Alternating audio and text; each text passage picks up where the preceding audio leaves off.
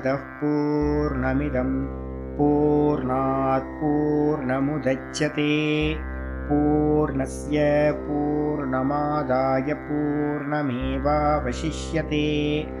ॐ शान्ति शान्ति शान्तिः। ॐ गुरुर्ब्रह्मा गुरुर्विष्णुर्गुरुर्देवो महेश्वरः गुरुसाक्षात् परं ब्रह्म तस्मै श्रीगुरवे नमः। शङ्करं शङ्कराचार्यं केशवं बादरायणं सूत्रभाष्यकृतौ वन्दे भगवन्तौ पुनः पुनः। ईश्वरो गुरुरात्मेति मूर्तिभेदविभागिने व्योमवद्व्याप्तदेहाय दक्षिणामूर्तये नमः। सदाशिवसमारम्भां शङ्कराचार्यमध्यमाम् अस्मदाचार्यपर्यन्तां वन्दे गुरुपरम्पराम्।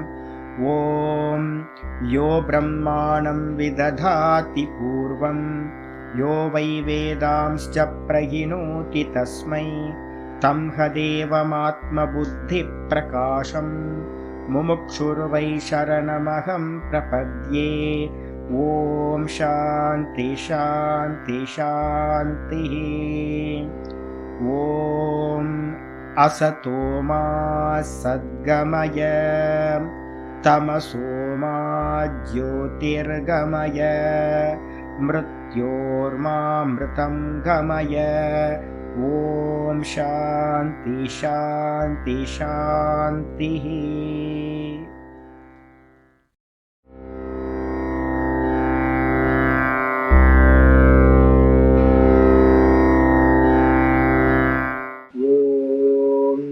यद्भावनादवापीयं प्रत्यक्चितिरनामया क्लेशकर्माद्यसंस्पृष्टं तमीशं कञ्चना भजे।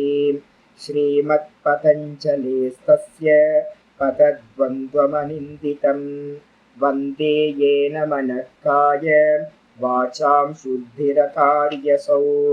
विद्यारत्नं मया लब्धं यत्कृपापारवारिदेः वन्दे तान् विबुधैर्वन्द्यान् वन्दकानन्ददान् गुरून्। श्रीमद्देशिकवक्त्राब्जान् निशं ज्ञातविलोक्यतां पनीन्द्रभनिते काचित् वृत्तिरारभ्यते मया। நம்ம பார்த்துக்கிட்டு இருக்கிறது பதஞ்சலி யோக சூத்திரத்துக்கு மேலே சதாசிவர் பிரம்மேந்திரர் எழுதின யோக சுதாகரம் பார்த்துக்கிட்டு இருக்கோம்.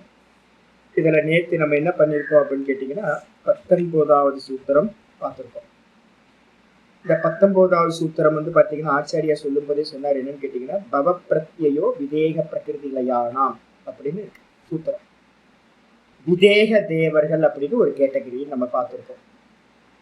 இறந்த பிறகு வந்து பார்த்தீங்கன்னா நம்ம எதை உபாசிச்சோமோ அந்த உபாசனைக்கு ஏற்ற மாதிரி தேகமில்லாத தேவர்களா பிறக்கிறது அப்படின்னு ஒரு கேட்டகரி. அப்போ நல்லா புரிஞ்சுக்கணும், தேவர்கள் யாரு அப்படின்னா சொர்க்கத்தில் இருக்கிற தேவர்களை பத்தி இந்த பேச்சு இல்லை. நல்லா தெரிஞ்சுக்கணும், கேட்டகரி பண்ணிக்கணும். தேவர்கள்னா நமக்கு என்ன தெரியும், சொர்க்கத்துல இருக்கிறவங்க தேவர்கள் அப்படின்னு பேர். அவங்களுக்கு எல்லாம் என்ன பேரு அப்படின்னா கர்ம தேவர்கள்னு பேர். சொர்க்கத்துக்கு போகணும் அப்படின்னா கர்மத்தை பண்ணிட்டு சொர்க்கத்துக்கு போறவங்க, அவங்களுக்கு பேர் கர்ம தேவர்கள்னு பேர். இங்க எதெல்லாம் இருக்கோ கர்மனா பித்ருலோகன்னு ஒரு வாக்கியம் நம்ம சொல்லியிருக்கோம். இந்த உலகத்துல நீங்க வந்து பாத்தீங்கன்னா எந்த ரிச்சுவல் பண்ணிட்டு போனாலும் நல்ல இஷ்டம் பூர்த்தம் தத்தம் தானம் சொல்லக்கூடிய கர்மங்கள் மூலமா புண்ணிய கர்மங்கள் மூலமா அடையக்கூடிய லோகம் வந்து பாத்தீங்கன்னா சொர்க்கம்.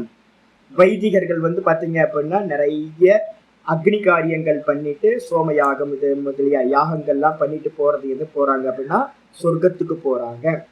அந்த சொர்க்கம் வந்து பாத்தீங்கன்னா தேவர்களுக்கு அங்க அடையிற பதவியும் தேவ பதவி தான். ஆனா அதெல்லாம் என்ன பேரு அப்படின்னா கர்ம தேவர்கள்னு பேர். அப்ப இப்ப நம்ம பண்ணக்கூடிய அந்த யோகம்ன்றது என்ன அப்படின்னு கேட்டீங்கன்னா உபாசனா கேட்டகரியில வர்றது இந்த யோகம். இந்த யோகத்து மூலமா எதை அடைவோம் அப்படின்னு கேட்டீங்கன்னா அந்த சொர்க்கத்துக்கு மேல இருக்கிற லோகங்கள் இருக்கு பாத்தீங்களா. என்ன லோகம் இருக்கு சொர்க்கத்துக்கு மேல? பூர் புவ ஸ்வ, இதான் வந்து 3 லோகம். இந்த 3 லோகம், பூர் லோகத்துல நம்ம இருக்கோம். புவர் லோகம், சுவர் லோகம், இந்த 2 லோகமும் பித்ரு லோகம்னு பேர். காமன் நேம் பித்ரு லோகம்னு பேர். கர்மத்தினால பித்ரு லோகம் அடையப்படும். இதுக்கு மேல இருக்கிறது எது? ஜன மகா தப சத்தியம். ஜனர் லோகம், மகலோகம், தபலோகம், சத்தியலோகம், மொத்தம் 4 லோகங்கள் இருக்கு. இந்த 4 லோகத்துல இருக்கக்கூடியவங்களுக்கும் பேர் பாத்தீங்க அப்படின்னா தேவர்கள் தான் பேர். இது எல்லாத்துக்கும் பேர் பாத்தீங்கன்னா தேவலோகம்னு ஒரு காமன் நேம் இருக்கு. இந்த 4 லோகங்களுக்கும் காமன் நேம் தேவலோகம்னு பேர். அந்த லோகங்கள் அடையிறவங்க யார் இருப்பா அப்படின்னா இந்த மாதிரியான யோகங்களை அபியாசம் பண்றவங்க இருக்காங்க.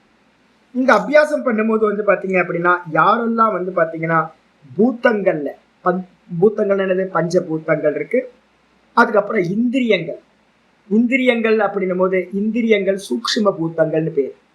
பூத்தங்கள், அதுக்கப்புறம் சூக்ஷ்ம பூத்தங்கள், அதுக்கப்புறம் அந்த தேவதைகள் இருக்கும். ஒவ்வொரு இந்திரியத்திலையும் ஒரு தேவதை, அபிமான தேவதை இருக்கும். அந்த தேவதைகள் இவைகளை யார் பாத்தீங்கன்னா உபாசனை பண்ணி அது மயமா ஆயிட்டு சமாதி அடைகிறாங்களோ அவங்க பாத்தீங்கன்னா என்ன ஆவாங்க? இறந்த பிறகு திரும்ப அவங்களுக்கு தேகம் கிடைக்காது. பஞ்சபூதத்தை பாத்தீங்கன்னா யாரு தியானம் பண்ணி சமாதி பண்றானோ அவன் பஞ்சபூதத்தோட ஒன்னாயிடுவான். அப்போ நம்ம நினைக்கிறோம் பிருத்திவி அப்படின்னு நம்ம சொல்றோம், பிருத்திவி தத்துவம். இந்த பிருத்திவி தத்துவத்துல பாத்தீங்கன்னா எத்தனை கோடி கல்பங்கள் இருக்கோ தெரியாது. ஏகப்பட்ட ஜீவர்கள் பாத்தீங்க அப்படின்னா சமாதி அபியாசம் பண்ணி அந்த பிருத்திவி தத்துவத்துல லயமாயிருப்பாங்க. அதே மாதிரி ஜலம்னு நம்ம எடுத்து சாப்பிடுறோம். அந்த ஜலத்துக்குள்ளார பாத்தீங்கன்னா ஃப்ரீஸ் ஆகி போனவங்க ஏகப்பட்ட ஜீவர்கள் உள்ள இருப்பாங்க. இதே மாதிரி பஞ்சபூத்தங்கள்லையும் தேகம் இல்லாமல் அந்த தத்துவத்துல பஞ்சபூத்தத்துல லயமாயிருக்கிறவங்களுக்கு என்ன பேரு அப்படின்னு கேட்டீங்கன்னா விதேக தேவர்கள் அப்படின்னு பேரு. அப்ப விதேக தேவர்களுக்கு அந்நியமா பாத்தீங்கன்னா பிரகிருதி லயானாம் அப்படின்னு இன்னொருத்தர் கேட்டீங்க. பிரகிருதி லயம் அப்படின்னா என்ன அர்த்தம்னு கேட்டீங்கன்னா நம்ம சொல்லியிருக்கோம்ல 8 தத்துவங்கள் சொல்றோம். முதல் தத்துவம் அவ்யக்தம், 2வது தத்துவம் பாத்தீங்க அப்படின்னா மகத்து, 3வது தத்துவம் அகங்காரம். வேற விதமா சொன்னா என்ன சொல்லலாம்? மகத்து, மகத்துக்கு அந்த அவ்யக்தத்துக்கு அடுத்து மகத்துக்கு என்ன ஒரு பேர் என்ன சொல்லலாம் அப்படின்னா பிராணனா இருக்கலாம், இல்ல அப்படின்னா புத்தியா இருக்கலாம், இல்ல அப்படின்னா அகங்காரமா இருக்கலாம். புத்தியில இருக்கிற அகங்காரம், இந்த எல்லாமே பாத்தீங்கன்னா மகத்தத்துவம்னு சொல்லிடுவோம். அகங்காரம்ன்றது எதை குறிக்கும்னா மனசை குறிக்கும். அப்ப 3 தான். அவ்யக்தம் வேக்கப் ஆகும்போது பாத்தீங்கன்னா புத்தி, புத்திக்கு அப்புறம் வேக்கப் ஆகிறது மனசு. இந்த 3 தத்துவங்கள். அதுக்கு கீழே பாத்தீங்கன்னா 5 தத்துவங்கள் பாத்தீங்கன்னா பஞ்சபூத்தங்கள், சூக்ஷ்ம தன்மாத்திரைகள்னு பேர். அவைகள்ல பாத்தீங்கன்னா மொத்தம் 8 இருக்கு. பின்னா பிரகிருதி அஷ்டதா அப்படின்னு கீதால சொல்லியிருக்கு. இந்த 8 தத்துவங்கள்ல யாரெல்லாம் லயமாகி போறாங்களோ அவங்களுக்கு எல்லாத்துக்கும் பேர் என்ன பேர் அப்படின்னா பிரகிருதி லயர்கள் அப்படின்னு பேர். அந்த பிரகிருதி லயமானவங்க என்ன என்ன எவ்வளவு காலம் இருப்பாங்க சொல்லியிருக்கோம். 10 மன்வந்தரம், அப்புறம் 100 மன்வந்தரம், 1000 மன்வந்தரம், 10,000 மன்வந்தரம், 1,00,000 மன்வந்தரம் அப்படின்னு அவங்களோட கேட்டகரி ஃப்ரீஸ் ஆகியிருப்பாங்க. திரும்ப எந்திரிக்கும் போது எப்படி ஆவாங்க? ஆச்சாரியார் லாஸ்ட்ல முடிக்கும் போது சொன்னார், எப்படி நம்ம பாத்தீங்கன்னா தூக்கத்துக்கு போயிட்டு தூக்கத்துல இருந்து வேக்கப் ஆகும் போது முந்தின நைட்டு நம்ம எப்படி எந்த சம்ஸ்காரத்தோட போனோமோ திரும்ப வேக்கப் ஆகும்போது அதே மாதிரி தானே வரும். அதே மாதிரிதான் இந்த சமாதிகள் எல்லாத்தையும் அடைந்தவர்கள் திரும்ப பாத்தீங்கன்னா திரும்ப பிறவி எடுப்பார்கள். அந்த பிறவி எடுக்கும் போது முன்னாடி எப்படி இருந்தாங்களோ அதே மாதிரி அதே அஜ்ஞானத்தோட தான் இருப்பாங்க அப்படின்னு சொல்லியாச்சு. அப்ப அதனால பாத்தீங்கன்னா விதேக பிரகிருதி லயானாம் அப்படின்னு என்ன அர்த்தம்? விதேக தேவர்கள் கமா பிரகிருதி லயத்தை அடைந்தவர்கள். இவர்கள் 2 பேத்துக்குமே பாத்தீங்கன்னா பவ பிரத்யயோ பவதி. பவ பிரத்யம்னா திரும்ப பிறத்தலானது உண்டாகின்றது. அப்ப திரும்ப பிறக்கிறதுக்காகவா நம்ம யோகம் பண்றது? அப்ப பாத்தீங்கன்னா முமுட்சுக்களுக்கு பாத்தீங்கன்னா இந்த 19வது ஸ்லோகத்துல சொல்லப்பட்டது பாத்தீங்கன்னா நிஷேதம். முமுட்சுக்களா இருக்கிறவங்க இதை அனுஷ்டானம் பண்ணக்கூடாது. அனுஷ்டானம் பண்ணக்கூடாதுன்னு என்ன சுவாமி அப்படின்னா அனுஷ்டானம் பண்ணணும். அனுஷ்டானம் பண்ணிதான் நீங்க மேல மேல மேல ஒவ்வொரு தத்துவத்தையும் தாண்டி போகணும். நம்மளுக்கு பாத்தீங்கன்னா அவ்யக்தத்தையும் தாண்டி இருக்கக்கூடிய சுரூபத்துக்கு நம்ம போகணும். எங்கேயாவது ஸ்ட்ரக் ஆகி நின்னுட்டீங்க அப்படின்னா ரீபர்த் கிடைக்கும். அதனால எங்கேயுமே ஸ்ட்ரக் ஆகாம என்ன பண்ணணும்? நல்ல தீவிரமான வைராக்கியத்தை வச்சுக்கிட்டு இது எல்லாத்தையும் கிராஸ் பண்ணி போகணும். அப்ப முமுட்சுக்களுக்கு என்ன சுவாமி அப்படின்னு கேட்டீங்கன்னா நல்ல தீவிர முமுட்சு, இனி எனக்கு ஜென்மமே வேணான்னு நினைக்கிறவன் என்ன பண்ணணும் அப்படின்னா அடுத்த சூத்திரம் 20வது சூத்திரம் வருது. அவதாரிக்கால வந்து பாத்தீங்கன்னா ஒரு சின்ன அவதாரிக்கா விற்த்திக்காரர் சதாசிவர் சொல்ற அத பிறகு, அத்தனா பிறகு, முமுக்ஷுபிகி உபாதேயம் உபாய பிரத்யேயம் ஆக. முமுக்ஷுக்களால் உபாதேயம்னா கிரகணம் செய்யத்தக்கது, கிரகணம்னா ஸ்வீகாரம் பண்ணணும். முமுக்ஷுக்களால் ஸ்வீகாரம் செய்யப்படக்கூடியது எது அப்படின்னா உபாய பிரத்யேயம் அப்படின்னு பேர். 19வது ஸ்லோகத்துல பவப்பிரத்யேயம் பார்த்தோம், ரீபர்த்துக்கு காரணமா இருக்கிறது அப்படின்னு பார்த்தோம். அதே நேரத்துல இந்த 20வது சூத்திரத்துல என்ன பண்ண போகுது அப்படின்னா முமுக்ஷுக்கள் வந்து பாத்தீங்கன்னா இந்த 20வது சூத்திரத்தை தான் நம்ம என்ன பண்ணோம் அடாப்ட் பண்ணணும். அதுக்கு என்ன பேரு சுவாமி 20வது சூத்திரத்தை சொல்றது உபாய பிரத்யயம் ஆயிடுச்சா. இததான் வந்து பாத்தீங்கன்னா சொல்ல ஆரம்பிக்கிறார் சூத்திரக்காரர். பதஞ்சலி என்ன சொல்றாரு பார்ப்போம். ஸ்ரத்தா வீரிய ஸ்மிருதி சமாதி பிரஜா பூர்வக இதரேஷாம். ஸ்ரத்தா வீரிய ஸ்மிருதி சமாதி பிரஜா பூர்வக இதரேஷாம். ஸ்ரத்தா நம்ம ஏற்கனவே வியாச பாஷ்யத்துல பார்த்திருக்கோம். ஸ்ரத்தானா எப்படிப்பட்டது? மாதேவ கல்யாணி, மாதா இவ கல்யாணி, அம்மா மாதிரி. ஸ்ரத்தாவான் லபத்தே ஞானம் சொல்லியிருக்கு. அப்ப ஸ்ரத்தை உடையவன் மட்டும்தான் ஆத்மாவோட ஞானத்தை அடைய முடியும், கீதால சொல்லியிருக்கு தெளிவா. அதனால வந்து பாத்தீங்கன்னா ஸ்ரத்தா ரொம்ப ரொம்ப இம்பார்ட்டன்ட். நான் இப்போ வந்து பாத்தீங்கன்னா பாக்குறேன் என்னன்னு கேட்டீங்கன்னா, நான் இப்போ 2 பேர் ஃபோன் பண்ணேன், நான் ஃபோனை எடுக்கல. ஏன் எடுக்கல சாமி அப்படின்னு கேட்டிங்கன்னா, அவங்களுக்கு நான் படித்து கொடுத்துருக்கேன். ஒருத்தர் எனக்கு இப்போ ஃபோன் பண்ணார், அவருக்கு வந்து ஈஷாவாசிய உபநிஷத்தை வந்து உட்கார வச்சு பொறுமையாக நல்லா டைம் கொடுத்து ரொம்ப ஸ்ரத்தையோடு நான் என்னோட எல்லா சுக துக்கத்தையும் விட்டுட்டு நல்லா உட்காந்து 2 பேருக்கு மட்டும் பாடம் எடுத்தேன். என்ன ஆகிப்போச்சு அப்படின்னு கேட்டால், படித்தவர் வந்து பார்த்தீங்கன்னா போனவர் தான். அவர் விவகாரத்தில் இறங்கி எல்லாம் பண்ணிட்டு போயிட்டார். ஈஷாவாசியம் வந்து டோட்டலாக வேற மாதிரி சொல்லுது, ஒவ்வொன்றுத்துக்கும் கைட்லைன் வைக்குது. அவர் என்ன பண்ணிட்டாருன்னு கேட்டீங்கன்னா கண்டுக்கவே இல்லை, எந்த ஒரு ரிசல்ட்டும் இல்லை. இப்போ எனக்கு ஃபோன் பண்ணுறாரு ஒரு 4 வருஷம் கழிச்சு. நான் ஃபோன் எடுப்பேனான்னு கேட்டிங்கன்னா எடுக்க மாட்டேன். ஏன்னு கேட்டால் முன்னாடி நான் எடுத்துக்கிட்டு இருந்தேன். இப்போ எனக்கு தெரியுது என்னன்னு கேட்டால், ஸ்ரத்தை உடையவனுக்கு மட்டும்தான் விவகாரம் பண்ணால் ரொம்ப சந்தோஷம் நல்லா இருக்கும். இல்லைன்னா சாஸ்திர விவகாரம் என்ன ஆகும்னு கேட்டிங்கன்னா அலட்சியப்படுத்தின மாதிரி ஆகும். அவங்க என்ன பண்ணிட்டு போயிட்டாங்க அப்படின்னு கேட்டிங்கன்னா, 2 பேரும் என்கிட்ட பாடம் படித்தாங்க. 2 பேருக்கு மட்டும் ஈஷாவாசி உபநிஷத்தை எடுத்தேன். ஒரு 20 நாள் எடுத்தேன், பாடம் எடுத்தேன். 3 கிளாஸ், ஒரு நாளைக்கு 3 கிளாஸ் 4 கிளாஸ் உட்கார்ந்து எடுத்துட்டு இருந்தேன். அப்போ அவங்க என்ன பண்ணிட்டாங்க, 2 பேருமே த்ரோ பண்ணிட்டு போயிட்டாங்க. இப்போ நான் என்ன பண்ணணும், அவங்கள தூக்கி வச்சு கொஞ்சலாமா, அவங்களுக்கு சமயம் கொடுக்கலாமா அப்படின்னு கேட்டீங்கன்னா சமயம் கொடுக்க மாட்டேன், நானும் கொடுக்க மாட்டேன், சாஸ்திரமும் என்ன பண்ணாது, கொடுக்கவே கொடுக்காது. எவனுக்கு ஸ்ரத்தை இருக்கோ அவனுக்கு தான் இந்த அனுகிரகம் வந்து கிடைக்கும். அப்ப ஸ்ரத்தா வந்து பாத்தீங்க அப்படின்னா அம்மா மாதிரி, அம்மா மாதிரி வந்து பாத்தீங்கன்னா கல்யாணம் செய்யக்கூடியது, நமக்கு மங்களத்தை தரக்கூடியது அப்படின்னு வியாச பாஷ்யத்துல படிச்சிருக்கோம். அப்ப ஸ்ரத்தா பாஷ்ய டீக்காரர் நல்லா சொல்ல போற, வெறும் ஸ்தூலமான அர்த்தத்தை மட்டும் நம்ம பார்த்துருவோம். 2வது வந்து பாத்தீங்கன்னா வீரியம். எப்போ உங்களுக்கு வந்து பாத்தீங்கன்னா ஒரு ஸ்ரத்தை உண்டாகுதோ, நான் ஏற்கனவே சொல்லியிருக்கேன்ல, எங்க வந்து பாத்தீங்கன்னா ஒரு இவர் வந்து பாத்தீங்கன்னா பால்காரர் வந்து எனக்கு பால் கொடுத்துட்டு இருந்தார், சரவணன் ஒரு பால்காரர். அவர் வந்து பார்த்தீங்க அப்படின்னா எத்தனை வருஷங்க ஒர்க் பண்ணுறீங்க அப்படின்னு கேட்டேன் அவர்கிட்ட. அவர் சொல்கிறார், நான் 30 வருஷமா 17 வயசுல ஆரம்பிச்சு சாமி, இப்போ 47 வயசு, 30 வருஷமா நான் பால் கொடுக்குற வேலை. என்ன முக்கியமானது அப்படின்னு கேட்டிங்கன்னா, அவர் 3 மணிக்கு எந்திரிக்கணும். ஏன் அப்படின்னா 3 மணிக்கு எந்திரிச்சாதான் ஊர் ஃபுல்லாக இருக்கிற மாடு பசு மாட்டுக்கள்ல இருக்கிற எல்லா பாலையும் கலெக்ட் பண்ணி சொசைட்டிக்கு கொண்டு வந்து அதை வந்து பார்த்தீங்கன்னா கரெக்ட் பண்ணிட்டு அதுக்கப்புறம் திரும்ப வந்து எல்லா வீட்டுக்கும் வந்து பார்த்தீங்கன்னா பால் கொடுப்பாரு. டெய்லி எத்தனை மணிக்கு எந்திரிக்கிறாரு அப்படின்னு கேட்டீங்கன்னா 3 மணிக்கு எந்திரிக்கிறாரு. நீங்களும் நானும் எந்திரிப்போமா? யோசிச்சு பாருங்க.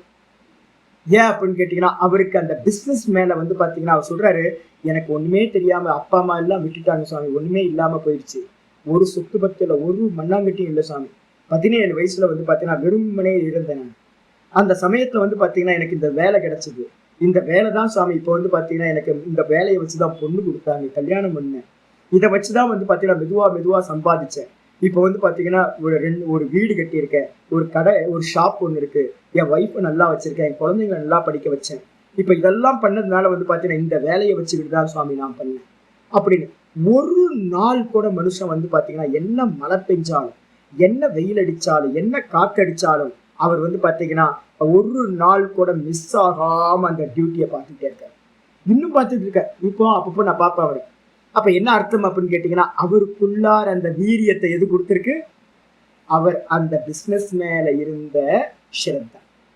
அந்த ஈல்டு எடுக்க எடுக்க எடுக்க என்ன ஆகும்னு கேட்டீங்கன்னா, உங்களுக்கு மெதுவா மெதுவா மெதுவா அந்த ஸ்ரத்த ரொம்ப அதிகமாக அதிகமாக ஒரு வீரியத்தை வந்து பார்த்தீங்கன்னா உண்டு பண்ணும். ஒரு சாதாரண ஒரு பால்காரர்கிட்ட உண்டாக்குற மாதிரியே தான் நமக்கும் வந்து பார்த்தீங்கன்னா, இப்போ நான் உங்களுக்கு நிறைய ஓங்காரத்தை பற்றி உபனிஷதங்கள் எல்லாம் சொல்லியிருக்கேன். எதுக்காக சொல்லியிருக்கேன் தெரியுங்களா உங்களுக்கு? ஏததாலம்பனம் சிரேஷ்டம், ஏததாலம்பனம் பரம். எதுக்காக தெரியுங்களா? அதுல உங்களுக்கு கண்மூடித்தனமான ஸ்ரத்த வரணும். இதுதான் நமக்கு வந்து பார்த்தீங்கன்னா மோட்சம் கொடுக்கும் அப்படின்னு நல்ல ஒரு ஃபோக்கஸ் ஸ்ரத்த வந்துச்சு அப்படின்னா, அந்த ஸ்ரத்த என்ன பண்ணும் தெரியுங்களா உங்களுக்கு? உள்ளுக்குள்ளார ஒரு பால்காரருக்கு அவரோட பிசினஸ்ல வந்து பார்த்தீங்கன்னா எப்படி வீரியம் வந்துச்சோ, எந்த சுக துக்கம் இருந்தாலும் அவர் என்ன பண்ணுவார் சொல்றார், நான் கல்யாணத்துக்கு காது குத்துக்கெல்லாம் போனதே இல்லை சாமி. ஏன் அப்படின்னா 3 மணிக்கு வருவார். 3 மணிக்கு வந்துட்டு வந்து பார்த்தீங்கன்னா எல்லா வேலையும் முடிச்சுட்டு அவர் வீட்டுக்கு போகும்போது 8:30 மணி ஆகிடும், 9 மணி ஆகிடும்.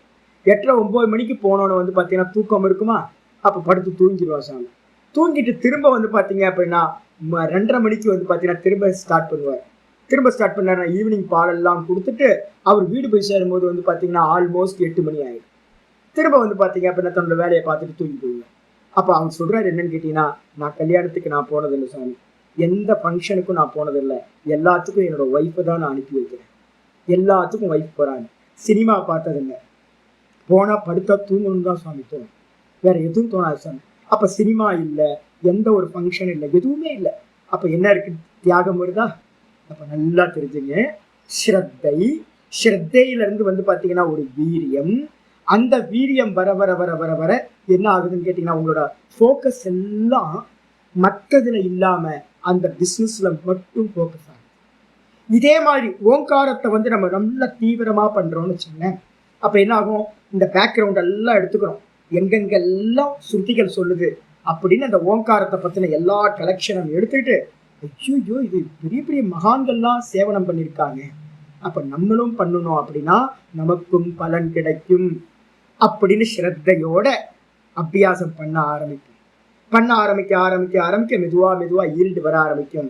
அப்ப என்ன உண்டாகும்னு கேட்டீங்கன்னா, அந்த ஈல்டு வர வர வர வர அதுல ஒரு சாமர்த்தியம், ஒரு வீரியம் உண்டாகும். 1 மணி நேரம் பண்ண ஆரம்பிச்சது 2 மணி நேரம் ஆகும், 2 மணி நேரம் உட்கார்ந்தது 3 மணி நேரம் ஆகும்.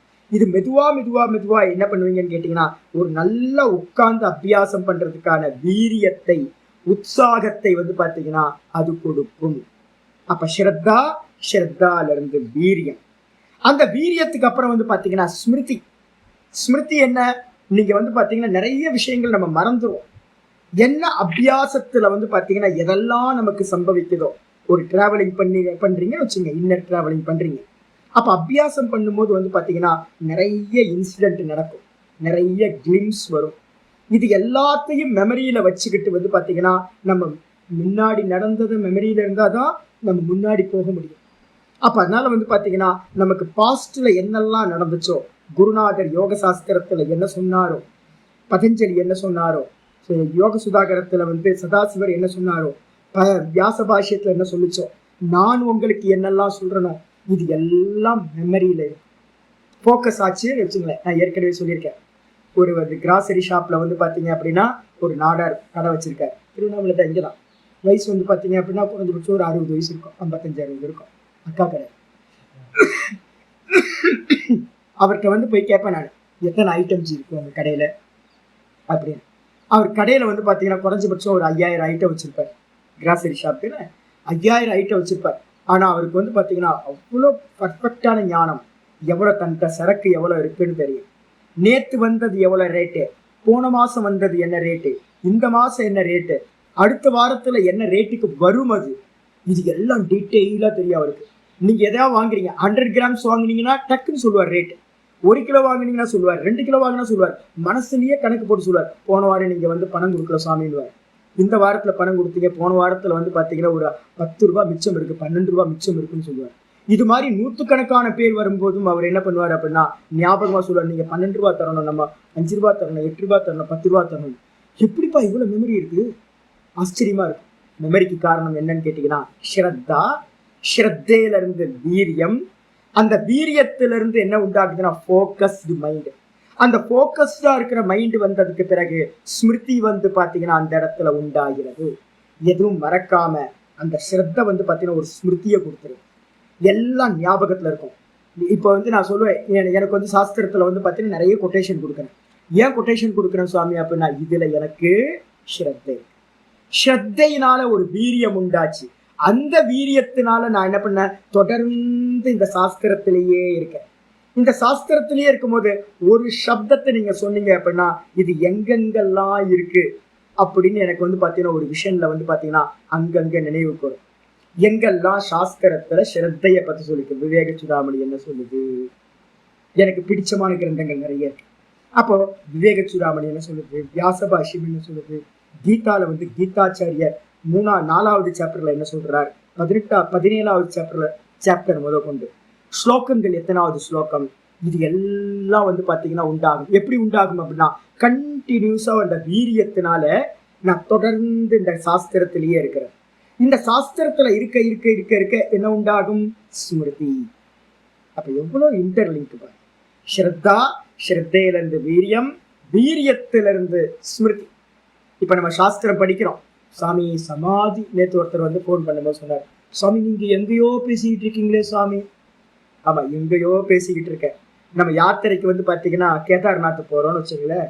கேதார்நாத் போறதுக்கோ இல்ல அமெரிக்கா போறதுக்கோ எங்க லண்டன் போறதுக்கோ இப்பவே இங்கேயே வந்து இருந்துகிட்டு யூடியூப்ல போட்டு வந்து பாத்தீங்கன்னா கூகுள்ல போட்டு அங்க போனா என்ன இருக்கும், எங்க பார்க்கணும், டிஸ்னி லேண்ட் பார்க்கணுமா, இல்ல வந்து பாத்தீங்கன்னா ஃபால்ஸுக்கு போகணுமா, நயாகரா ஃபால்ஸுக்கு போகணுமா, எவ்வளவு தூரம், அங்க கனடாக்கும் இதுக்கும் வந்து பாத்தீங்கன்னா நியூ ஜெர்சிக்கும் எவ்வளவு தூரம், இதெல்லாம் பாக்கணுமா? நீங்க இங்கதான் இருக்கீங்க. இங்க இருந்துகிட்டு அடுத்த மாசம் போகக்கூடிய அமெரிக்காலையும் அடுத்த மாசம் போகக்கூடிய லண்டனுக்கும் வந்து பாத்தீங்கன்னா உட்கார்ந்துகிட்டு யோசிச்சுக்கிட்டு இருக்கீங்க. அப்ப என்ன அர்த்தம் அப்படின்னு கேட்டீங்கன்னா, நம்ம போக வேண்டிய டெஸ்டினேஷன் வந்து பாத்தீங்கன்னா சமாதியா இருக்கலாம். ஆனா சமாதி அடையறதுக்கு முன்னாடியே அதை பத்தின டீட்டெயிலான விஷயங்கள் வந்து பாத்தீங்கன்னா இப்ப சாஸ்திரத்துல படிக்கணும். அப்ப படிச்சதுக்கு பிறகு இதெல்லாம் மறந்து போச்சுன்னா என்ன ஆகும் யோசிச்சு பாருங்க. கிளம்பும் போது வந்து பாத்தீங்கன்னா மறந்து போச்சு, என்ன ஆகும் அப்படின்னா எனக்கு மறந்து போகும் நிறைய வாட்டி. எனக்கு மெமரி லாஸ், ரொம்ப மெமரி லாஸ். தப்பு பண்ண தப்பையே திரும்பி பண்ணுவோம். ஐயோ ஐயோ இதான் போன வருஷம் பண்ணமே, இதே தப்ப போன வருஷம் பண்ணி லாஸ் ஆனமே, திரும்பவும் இதையே நம்ம தப்பு பண்றோமே அப்படின்னு திரும்ப தலையில குட்டிக்க, இனி மறக்கவே கூடாது, இந்த பக்கமே வரக்கூடாது அப்படின்னு. ஆனா என்ன ஆயிடும், அடுத்த வருஷம் மறந்து போயிடும், திரும்ப வந்து அடுத்த வருஷமும் போல. இதே மாதிரி வருஷம் நான் சில தவறுகளை பண்ணிக்கிட்டே இருக்கேன். அப்ப தவறுகள் பண்றேன் அப்படின்னா அதுக்கு என்ன அர்த்தம் அப்படின்னா என்னுடைய மெமரியில அந்த விஷயம் நிக்கல. இதே மாதிரி வந்து பாத்தீங்க அப்படின்னா யோக அபியாசத்துக்குள்ளார சிரவணம் பண்ணி மனனம் பண்ணி நிதித்தியாசனத்துல இருக்கும்போது இந்த யோகத்தெல்லாம் அப்ளை பண்ணுவோம் நம்ம பரிபூர்ணமா. அப்ப இப்ப கேட்கிறோம், சிரவணம் பண்றோம், இந்த சிரவணம் பண்ணதெல்லாம் காதுல கேட்டு காதுல போயிடுச்சுன்னு வச்சுங்க, நீங்க வந்து கண்ண மூடி உட்காருவீங்க, அந்தராயம்னு வரும். அந்தராயத்தை பத்தி தெரியல அப்படின்னா என்ன பண்ணுவீங்க, மாட்டிப்பீங்க. அதுக்கப்புறம் என்னென்னலாம் ஸ்டெப்ஸ் இருக்குன்னு தெரியணும். பவ பிரத்யேயமா இல்ல விதேக பிரத்யேயமா, இது உபாய பிரத்யேயமானு தெரியல அப்படின்னா போச்சு, அவ்வளவுதான், நீங்க எங்கேயா போய் ஸ்ட்ரக் ஆயிடுவீங்க. அதனால வந்து பாத்தீங்கன்னா முதல்ல வந்து பாத்தீங்கன்னா யோகா அபியாசத்துல வந்து பாத்தீங்கன்னா அந்த ஸ்மிருதின்றது ரொம்ப இம்பார்ட்டன்ட். அதனால்தான் கீதால சொல்லும் போதே நஷ்டோமோக ஸ்மிருதி லப்தா அப்படின்னு அவன் சொல்றான். அர்ஜுனன் வந்து பாத்தீங்கன்னா சொல்லுவான் கடைசியில, ஏ பகவானே என்னுடைய மோகமானது நஷ்டமாயிற்று. என்ன மோகம், நான் பண்ண தப்பெல்லாம் எனக்கு நஷ்டமாயி போச்சு, என்னுடைய ஞாபகம் வந்து பாத்தீங்கன்னா நீ உபதேசிச்சதெல்லாம் எனக்கு மெமரிக்கு வந்துருச்சு, நான் எப்படி இருந்த முன்னாடி எப்படி இருந்தேன்னு என்னுடைய ஆத்மஸ்வரூபம் எனக்கு நினைவுக்கு வந்துருச்சு அப்படின்னு சொல்றேன். அப்ப என்ன அர்த்தம் கேட்டீங்கன்னா ஸ்மிருதி ரொம்ப இம்பார்ட்டன்ட். அதனால இப்ப நான் பேசுறது எல்லாம் வந்து பாத்தீங்கன்னா உள்வாங்கணும், உள்ள செரிமானம் பண்ணணும், நமக்கு சமயத்துக்கு வந்து பாத்தீங்கன்னா இந்த சாஸ்திரம் கை கொடுக்கணும். அப்படின்னா அந்த ஸ்மிருதி ரொம்ப இம்பார்ட்டன்ட். கீதால வந்து பாத்தீங்கன்னா 15வது அத்தியாயத்துல 15 சர்வஸ்ய சாகம் ஹிருதி சந்நிவிஷ்டः மத்த ஸ்மிருதிர் ஞானம் அபோகனம் ச. அற்புதமான வார்த்தை இருக்கு. ஈஸ்வரன்ட்ட இருந்துதான் ஸ்மிருதி வருது, அது மறைக்கப்படுறதும் வந்து பாத்தீங்க அப்படின்னா ஈஸ்வரன்ட்ட இருந்துதான் மறைப்பும் உண்டாகுது. நம்ம கெட்ட விஷயத்தெல்லாம் மறந்துடுறோம்ல, அந்த கெட்ட விஷயத்தெல்லாம் பகவான் தான் வந்து பாத்தீங்கன்னா அதை மறைக்கிறவரும் பகவான் தான். நம்மகிட்ட வந்து நல்ல ஸ்மிருதிகளை உண்டு பண்றவரும் பகவான் தான். அப்ப எது பகவான், ஓங்காரத்தை ஜபிக்க ஜபிக்க ஜபிக்க உங்களுக்கு நல்ல ஸ்மிருதியானது உண்டாகும். ஸ்ரத்தா, ஸ்ரத்தையிலிருந்து வீரியம், வீரியத்திலிருந்து ஸ்மிருதி, ஸ்மிருதி உண்டாக உண்டாக என்ன ஆகும் அப்படின்னு கேட்டீங்கன்னா மெதுவா மெதுவா மெதுவா மெதுவா உங்களுக்கு சமாதியானது சித்திக்க ஆரம்பிக்கும். அகம் அகம் அகம் அகம்ன்ற ஸ்புரணத்துல தொடர்ந்து நிக்கிறது உண்டாகும், சமாதியானது உண்டாகும். சமாதி உண்டான மாத்திரத்துல சமாதியிலிருந்து ஒரு பிரஜா உண்டாகும். சமாதியிலிருந்து பிரஜான்னு சொல்லக்கூடியது ஆச்சரியர் ரொம்ப டீட்டெயிலா பேச போறார், அதனால நான் வெறுமனே சொல்றேன். சமாதியிலிருந்து உண்டாகக்கூடிய அறிவு, அந்த பிரஜாக்கு என்ன பேரு அப்படின்னா சம்ஸ்காரம்னு போன ஸ்லோகத்துக்கு முந்தின ஸ்லோகத்துல நிர்விகல்ப சமாதியை பத்தி பேசும்போது சம்ஸ்கார சேஷோ அந்யகன்னு பார்த்துருக்கோம். அந்த சம்ஸ்கார சேஷம்ன்றது என்னன்னு கேட்டீங்கன்னா அதுதான் இங்க பிரஜான்னு பேரு. நீங்க எல்லாம் ஷட் டவுன் ஆன நிலையில சமாதியில வந்து பாத்தீங்கன்னா ஒரு அறிவு உண்டாகும். அந்த அறிவுக்கு பேர் என்ன பேரு? அங்க ஒண்ணுமில்லை, நான் மாத்திரம் இருக்கிறேன் அப்படின்ற அந்த சம்ஸ்காரம். எதுவுமே இல்லை, நான் மாத்திரம் இருக்கேன்ற அந்த கைவல்யத்தில் இருக்கிற அந்த சமாதி அபியாசமானது, அந்த பிரக்யா, அந்த அறிவு. தூக்கத்துல இருந்து வேக்க பாக்குறோம், அறிவு இருக்கா இல்லையா?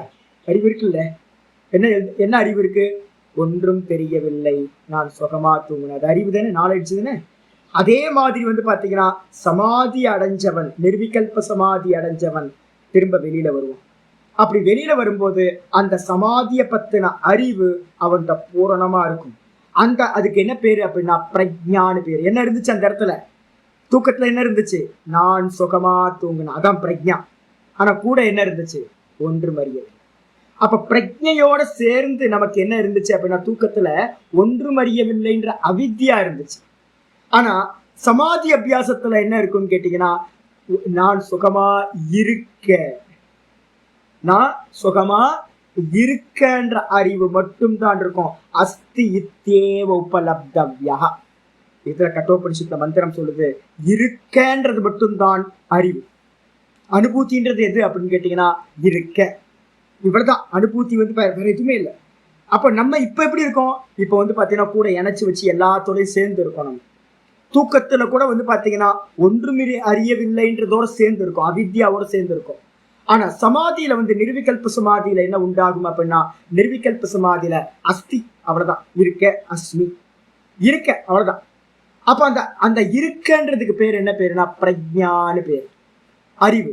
அது வந்து பாத்தீங்கன்னா சமாதியிலிருந்து வெளிவந்தவனுக்கு நல்லா தெளிவா இருக்கன்றது அப்படியே இருக்கும் அந்த அறிவு. அந்த அறிவு என்ன சுவாமி பண்ணும் அப்படின்னா இதர பிரஜா நிவர்த்தி. அந்த பிரஜா ஒருத்தன்ட்ட இருக்கிறதுனால மற்ற உலக அறிவை எல்லாத்தையும் அந்த பிரஜா என்ன பண்ணும் அப்படின்னா நாசம் செய்யும். அப்ப கண்டிப்பா சமாதியிலிருந்து வெளியில வந்தவன் திரும்ப வந்து பார்த்தீங்கன்னா இந்த உலகத்தோட பிரஜையோட, உலகத்தோட அறிவோட அவன் என்னவாக மாட்டான், இருக்கவே மாட்டான். இந்த அறிவு என்ன பண்ணும்? இந்த பிரஜா, சமாதியிலிருந்து வந்த அறிவு நிரோத பிரஜா, நிரோத சம்ஸ்காரம்னு பேரு. அது என்ன பண்ணும்னு கேட்டா மற்ற எல்லா சம்ஸ்காரங்களையும் நாசம் செய்யும். ஞானாக்னி தக்த கருமானாம், ஞானம் என்ற அக்னி என்ன பண்ணும்? மற்ற எல்லாத்தையும் நாசம் பண்ணிரும். அப்பனால வந்து பார்த்தீங்கன்னா சமாதி, நிர்விகல்ப சமாதி, நிர்விகல்ப சமாதியிலிருந்து வெளியில வந்ததுக்கு பிறகு அந்த நிர்விகல்ப சமாதியோட ஞானம் இருக்கும். அந்த ஞானத்தை வச்சுக்கிட்டு தான் வந்து பாத்தீங்கன்னா பூர்வக இதரேஷம், இதான் ஸ்டெப்ஸ். அப்ப என்ன பண்ணணும்? இதை முன்னிட்டதாக அப்ப நம்ம என்ன பண்ணணும்? இதரேஷாம் அப்படின்னா மற்ற யோகிகளுக்கு, இதரேஷாம்ன்றதுக்கு அர்த்தம் யோகிகளுக்கு, முமுட்சுக்களுக்கு வந்து பாத்தீங்க அப்படின்னா உபாய பிரத்தியமானது இவ்வாறு சொல்லப்படுகின்றது. அப்ப வந்து பாத்தீங்க அப்படின்னா இதரேஷாம்ன்றதுக்கு அர்த்தம் போன சூத்திரத்துல சொன்னது பவ பிரத்யேக, திரும்ப பிறக்கிறவங்க. அவங்களுக்கு அந்நியமா யாரெல்லாம் மோட்சத்தை விரும்புறாங்களோ அவங்களுக்கு அடாப்ட் பண்ண வேண்டியது இப்ப சொல்லியிருக்கிற ஸ்ரத்தா, வீரியம், ஸ்மிருதி, சமாதி, அதுக்கப்புறம் சமாதியில இருக்கக்கூடிய பிரஜை. இந்த அஞ்சையும் அடாப்ட் பண்ணோம்னா ஜீவன் முக்தியானது, கைவல்ய அவஸ்தையானது சித்திக்கும். முடிஞ்சு போச்சு. பாஷ்யத்துக்கு வந்து அற்புதமான பாஷ்யம் டீக்கா எழுதுற சதாசிவ பிரம்மேந்திரோட யோக சுதாகர விருத்தி, யோக விருத்தி. என்னது சுவாமி? முதல் லட்சணம் சொல்ற. ஸ்ரத்தான என்னது சொல்ற? மம அயம் யோகோ ஏவ பரபுருஷார்த்தா சாதனமிதி பிரத்யய ஸ்ரத்தா. இதெல்லாம் ஞாபகம் வச்சுங்க. என்ன இருக்கணும்?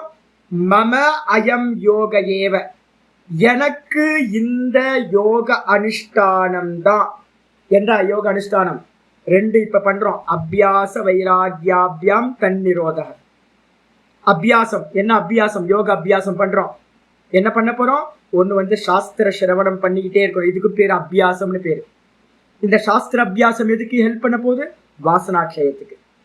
அப்ப சாஸ்திர யாராவது கேட்பான், என்ன சாஸ்திரம் படிச்சுக்கிட்டு இருக்கான், படிக்கிறது வேலையா? நார்த் இந்தியாவில் போனீங்க அப்படின்னா பட்னா ஹேத்தோ பண்டிட் கா காமே அப்படின்னு இந்த நிறைய இந்த நாகா சாதுக்கள்ல நிறைய பேர் ஊர் ஃபுல்லாக தெரிவாங்க நார்த் இந்தியாவில். அவங்கள்ட்ட போனால் பார்த்தீங்கன்னா அவன் யாராவது உட்காந்து சாஸ்திர அத்தியனம் பண்ணிட்டு இருக்கான்னு வச்சுங்க, கிரந்த அபியாசம் பண்ணிட்டு இருக்காங்கன்னா அவனை பார்த்து, ஏய் இதெல்லாம் யார் பண்றது? பண்டிதன் பண்ண வேண்டியது தானே இதெல்லாம். பண்டிதன் பண்றதை போய் சாது ஏன் பண்ணிட்டு இருக்க? சாது ஹேதோ பஜன் கர்ணா அப்படின்னும். என்னன்னு கேட்டீங்கன்னா, சாதுவா இருக்கணும் அப்படின்னா கண்ண மூடி உட்காரணும் அப்படின்னு. அப்ப அவங்க நிறைய பேர் நினைச்சுக்கிட்டு இருக்காங்க. இப்ப ரமணாசிரம் பக்கத்துலலாம் நீங்க ஏதாவது நாங்க சாஸ்திர அத்தியனம் பண்றோம்னு சொன்னீங்கன்னு வச்சுங்களேன், சாஸ்திரமா எதுக்கு படிக்கணும்? கண்ண மூடி உட்கார்ந்து தியானம் பண்ணா போதும்ல அப்படின்னு. ஐயோ சாமி, அபியாசம்ன்றது சாஸ்திரத்தை அபியாசம் பண்றதுக்கும் அபியாசம் தான்.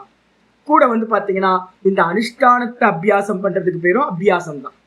இவங்க நிறைய பேர் நினைச்சுக்கிட்டாங்க சாஸ்திரம் படிக்கிறது அபியாசம் இல்லைன்னு நினைச்சுக்கிட்டாங்க. அதனால பாத்தீங்கன்னா அபியாசம்ன்றதுக்கு அர்த்தம் பாத்தீங்கன்னா முதல்ல சிரவணம் பண்ணணும், நல்ல யோகத்தை பத்தி நல்ல கிளியர் விஷன் வந்துடணும். அதுக்கப்புறம் தான் உப்மா பண்ணணும்னு தெரிஞ்சதுக்கு பிறகுதான் உப்மா பண்ணணும். உப்மா பண்ண தெரியாம உப்மா பண்ண போனீங்கன்னா உப்மா கிடைக்க. அப்படின்போது யோகத்துல நீங்க மோட்சம் வரைக்கும் போகணும் அப்படின்னா சமாதி அபியாசத்தை பத்தி உங்களுக்கு எஜுகேஷன் இருக்கணுமா இருக்கக்கூடாது. அப்ப என்ன பேருனா நல்ல சாஸ்திரத்தை நல்லா கேட்கறது, இதுக்கு பேர் அபியாசம். அப்ப யோக சாஸ்திரத்தை கேட்கறீங்க சுவாமி, அப்ப யோக அபியாசம்னு பேர் இதுக்கு பேரு. அப்ப அபியாசத்தை பண்ணணும். ஒண்ணு சாஸ்திரத்தை படிக்கிறோம், கூடவே என்ன பண்றோம்? ஓங்கார அபியாசம். இந்த ரெண்டுத்தையும் பண்றதுக்கு என்ன பேர் அப்படின்னா யோக அனுஷ்டானம் அப்படின்னு பேர். அப்ப அந்த யோக அனுஷ்டானம் மம எனக்கு, அயம் யோக ஏவ, இந்த யோக அனுஷ்டானமே நல்ல முறையா த்ரோவா என்ன பண்ணணும் அப்படின்னா ஃபுல்லா இன்ச் பை இன்ச்சா யோக சூத்திரத்தை ஃபுல்லா எனக்கு தெரியணும். நல்ல தீசிஸ் பண்ற மாதிரி எனக்கு கிளாரிட்டி வரணும். அதுக்காக நல்லா அத்தியனம் பண்ணிக்கணும். எந்த இடத்துல பாத்தீங்கன்னா லெஃப்டா ரைட்டா அப்படின்னு டவுட் வரவே கூடாது. கிளியர் விஷன் இருக்கிற வரைக்கும் நல்லா சிரவணம் பண்ணிக்கணும். கூடவே நேற்று சர்வப்பிரியானந்த சுவாமியோட ஒரு வீடியோ கேட்டேங்க. சர்வப்பிரியானந்த சுவாமி பார்த்தீங்கன்னா மெடிடேட் பண்றவங்களுக்கு ஃபர்ஸ்ட் ரூல்ஸ் பாத்தீங்கன்னா அவரோட நம்ம ராமகிருஷ்ண பரமஹம்சரோட அவங்க சிஷ்யர்கள் ஃபர்ஸ்ட் 6 செட் இருக்காங்கல்ல, அவங்களோட சிஷ்யர்கள் பாத்தீங்கன்னா 16 சீடர்கள் இருக்காங்கல்ல ராமகிருஷ்ண பரமஹம்சர்ட்ட. அவங்களோட மெடிடேஷன் எக்ஸ்பீரியன்ஸ் பாத்தீங்கன்னா ஒரு இதுல கிளாஸ்ல சொல்றாரு. அது மெடிடேஷனை பத்தி அந்த ஃபர்ஸ்ட் ரூல் சொல்லும் போதே அவர் சொல்றாரு. கரெக்ட். என்னன்னு கேட்டீங்கன்னா, நிறைய கிரந்தங்கள் படிச்சுட்டே போயிட்டு இருந்தீங்கன்னா யோகி ஆக முடியாது. ஏன் அப்படின்னு கேட்டீங்கன்னா, எனக்கு தெரிஞ்ச நிறைய பேர் இருக்காங்க யோகத்தை பாத்தீங்கன்னா பண்ணணும், நீச்சல் கத்துக்கணும்னு கடல்லையே இறங்காம ஆத்துல இறங்காம தண்ணியிலேயே கால் வைக்காம இருந்தா நீச்சல் கத்துக்க முடியுமா? அப்ப முதல் ரூல் என்னப்பா அப்படின்னா, உங்களுக்கு தெரியுதோ தெரியலையோ யோகத்துக்குள்ளார தொப்பு கட்டிட்டு குதிச்சிடணும். மெதுவா வரப்போது வியாச பாஷ்யத்துல சொல்லப்படுற யோகோ யோகேன ஞாத்தவ்யா. நல்லா தெரிஞ்சுங்க, யோகம் யோகத்தினால் அறியப்படும். இப்ப நான் உங்களுக்கு ஒரு லைட்டா பிக்சர் கொடுத்துருவேன், மேப் கொடுத்துருவோம். இப்படிதான் லெஃப்ட் போகணும் ரைட் போகணும் எல்லாம். ஆனா யார் போகணும்? நீங்க தான் போகணும். மேப்பை வச்சுக்கிட்டு நான் ஊருக்கே போகாம இருந்தேன் அப்படின்னா, யாத்திரையே ஸ்டார்ட் பண்ணாம இருந்தேன் அப்படின்னா எங்கேயா போய் சேர முடியுமா? இருந்த இடத்துலயே இருக்க வேண்டியதுதான். அப்ப முதல் ரூல் பாத்தீங்கன்னா சர்வப்பிரியானந்த சுவாமி சொல்லும்போது சொல்றாரு. முதல் ரூல் என்ன அப்படின்னு கேட்டீங்கன்னா, அவங்க பரமஹம்சரோட சிஷ்யர்கள் சொல்றது முதல் ரூல் பாத்தீங்கன்னா அனுஷ்டானத்தை ஆரம்பிக்கணும். மெடிடேஷன் சொல்லிக்கிட்டே இருந்தா பத்தாது, மெடிடேஷனை ஆரம்பிக்கணும் சொல்லியாச்சு. அப்ப அதேதான் இங்க சொல்றாரு. மம அயம் யோக ஏவ பரபுருஷார்த்த சாதனம். இதுதான் எனக்கு மோட்சத்தை கொடுக்கக்கூடிய சாதனம். பரபுருஷார்த்தம் என்ன அர்த்தம்? தர்ம அர்த்த காம மோட்சம் 4 புருஷார்த்தம் மனுஷனால் அடையக்கூடியது. இதில் 4ல பாத்தீங்கன்னா மோட்சம் தான் பரம புருஷார்த்தம் சொல்றோம். அப்ப இந்த யோக அனுஷ்டானம் தான் எனக்கு பரம புருஷார்த்தமா இருக்கிற மோட்சத்தை கொடுக்கும் அப்படின்னு சாதனம். இது பிரத்யேக இந்த விதமான தாட்டு புத்திக்குள்ளார நிச்சயம் உண்டாகிறது எதுவோ பிரத்யம்ன்றதுக்கு அர்த்தம் நிச்சயம். இந்த விதமா தாட், நல்ல ஸ்ட்ராங் கன்விக்ஷன் எது உண்டாகுதோ அந்த கன்விக்ஷனுக்கு பேர் தான் ஸ்ரத்தான்னு பேர். இப்ப நமக்கு இருக்கா இல்லையா? எத்தனை பேருக்கு இருக்கு பாருங்க. இன்னும் உண்டாகல. இன்னும் நமக்கு பாத்தீங்கன்னா இன்னும் நமக்கு மோட்சம் அடையணுன்ற அந்த தீவிரத்தன்மை இல்லை. ஒருத்தர் தான் கை தூக்கியிருக்காரு. யாரும் கை தூக்குறது கூட தைரியம் இல்லை நமக்கு. தூக்குறீங்களா? பரவாயில்லையே, தைரியமா தூங்க. 2 கை தூக்கிட்டீங்களா? சரி, 2 வாட்டி மோட்சம் கிடைச்சிடும், விட்டுருங்க. அப்ப என்ன அப்படின்னு கேட்டீங்கன்னா, வாஸ்தவத்துல பாத்தீங்கன்னா கன்விக்ஷன் இருக்கணும். யோக அனுஷ்டானம் தான் பாத்தீங்க அப்படின்னா மோட்சத்தை கொடுக்கும் பரம புருஷார்த்த சாதனம். இது ஸ்ரத்தா. 2வது சாச்ச உத்கர்ஷ சிரவணேன உபஜாயதே. ஹைலைட் பண்ணீங்க. நிறைய பேர் என்ன தெரியுங்களா, நிறைய பேருக்கு பாத்தீங்கன்னா மெடிடேட் பண்றவங்க எல்லாத்துட்டையும் நான் பாக்குறேன் என்னன்னு கேட்டீங்கன்னா, 2 இணையவே மாட்டேங்குது. மெடிடேஷனை பத்தின ஞானம் இருக்கிறவன் மெடிடேஷன் பண்றது இல்லை. ஒரு கேட்டகரி பாத்தீங்கன்னா, நீங்க காஷி இதெல்லாம் பாத்தீங்க அப்படின்னா, ரிஷிகேஷ் ஹரித்வார்லாம் நல்ல யோக சாஸ்திரத்தை படிச்சு கொடுத்துக்கிட்டே இருப்பாங்க. யோகமே பண்ண மாட்டான். ஒரு நாள் கூட கண்ணை மூடி உட்கார்ந்து பாத்தீங்கன்னா உள்ள என்ன இருக்குன்னு பார்க்கவே மாட்டான். யோகானுஷ்டானமே இருக்காது. இன்னொரு பக்கம் பாத்தீங்கன்னா நல்ல வெரைட்டியா யோகம் பண்ணிக்கிட்டே இருப்பாங்க. நீங்க பாத்தீங்க அப்படின்னா நிறைய பேர் இருக்காங்க அனுஷ்டானம் பண்றவங்க, நிறைய டைம் கொடுப்பாங்க. ஆனா அவங்கள்ட்ட பாத்தீங்கன்னா இந்த யோக சாஸ்திரத்தை பத்தின நாலேஜ் இருக்கிறது. பதஞ்சலி யோக சூத்திரத்தை யாராவது படிக்கிறாங்களான்னு கேட்டீங்கன்னா யாருக்குமே பதஞ்சலி யோக சூத்திரம் தெரியாது. அப்ப என்ன அர்த்தம் அப்படின்னு கேட்டீங்கன்னா, சித்தாந்தம் தெரியாம யோக அனுஷ்டானம் பண்றவங்க, யோக அனுஷ்டானம் பண்றவங்களுக்கு சித்தாந்தம் தெரியல, சித்தாந்தம் தெரிஞ்சவங்களுக்கு யோக அனுஷ்டானம் இல்லை. இந்த 2 ஒன்னா சேர். ஆச்சாரியர் சொல்றாரு, சாச்ச அந்த யோக அனுஷ்டானம் எப்படி உண்டாகும்?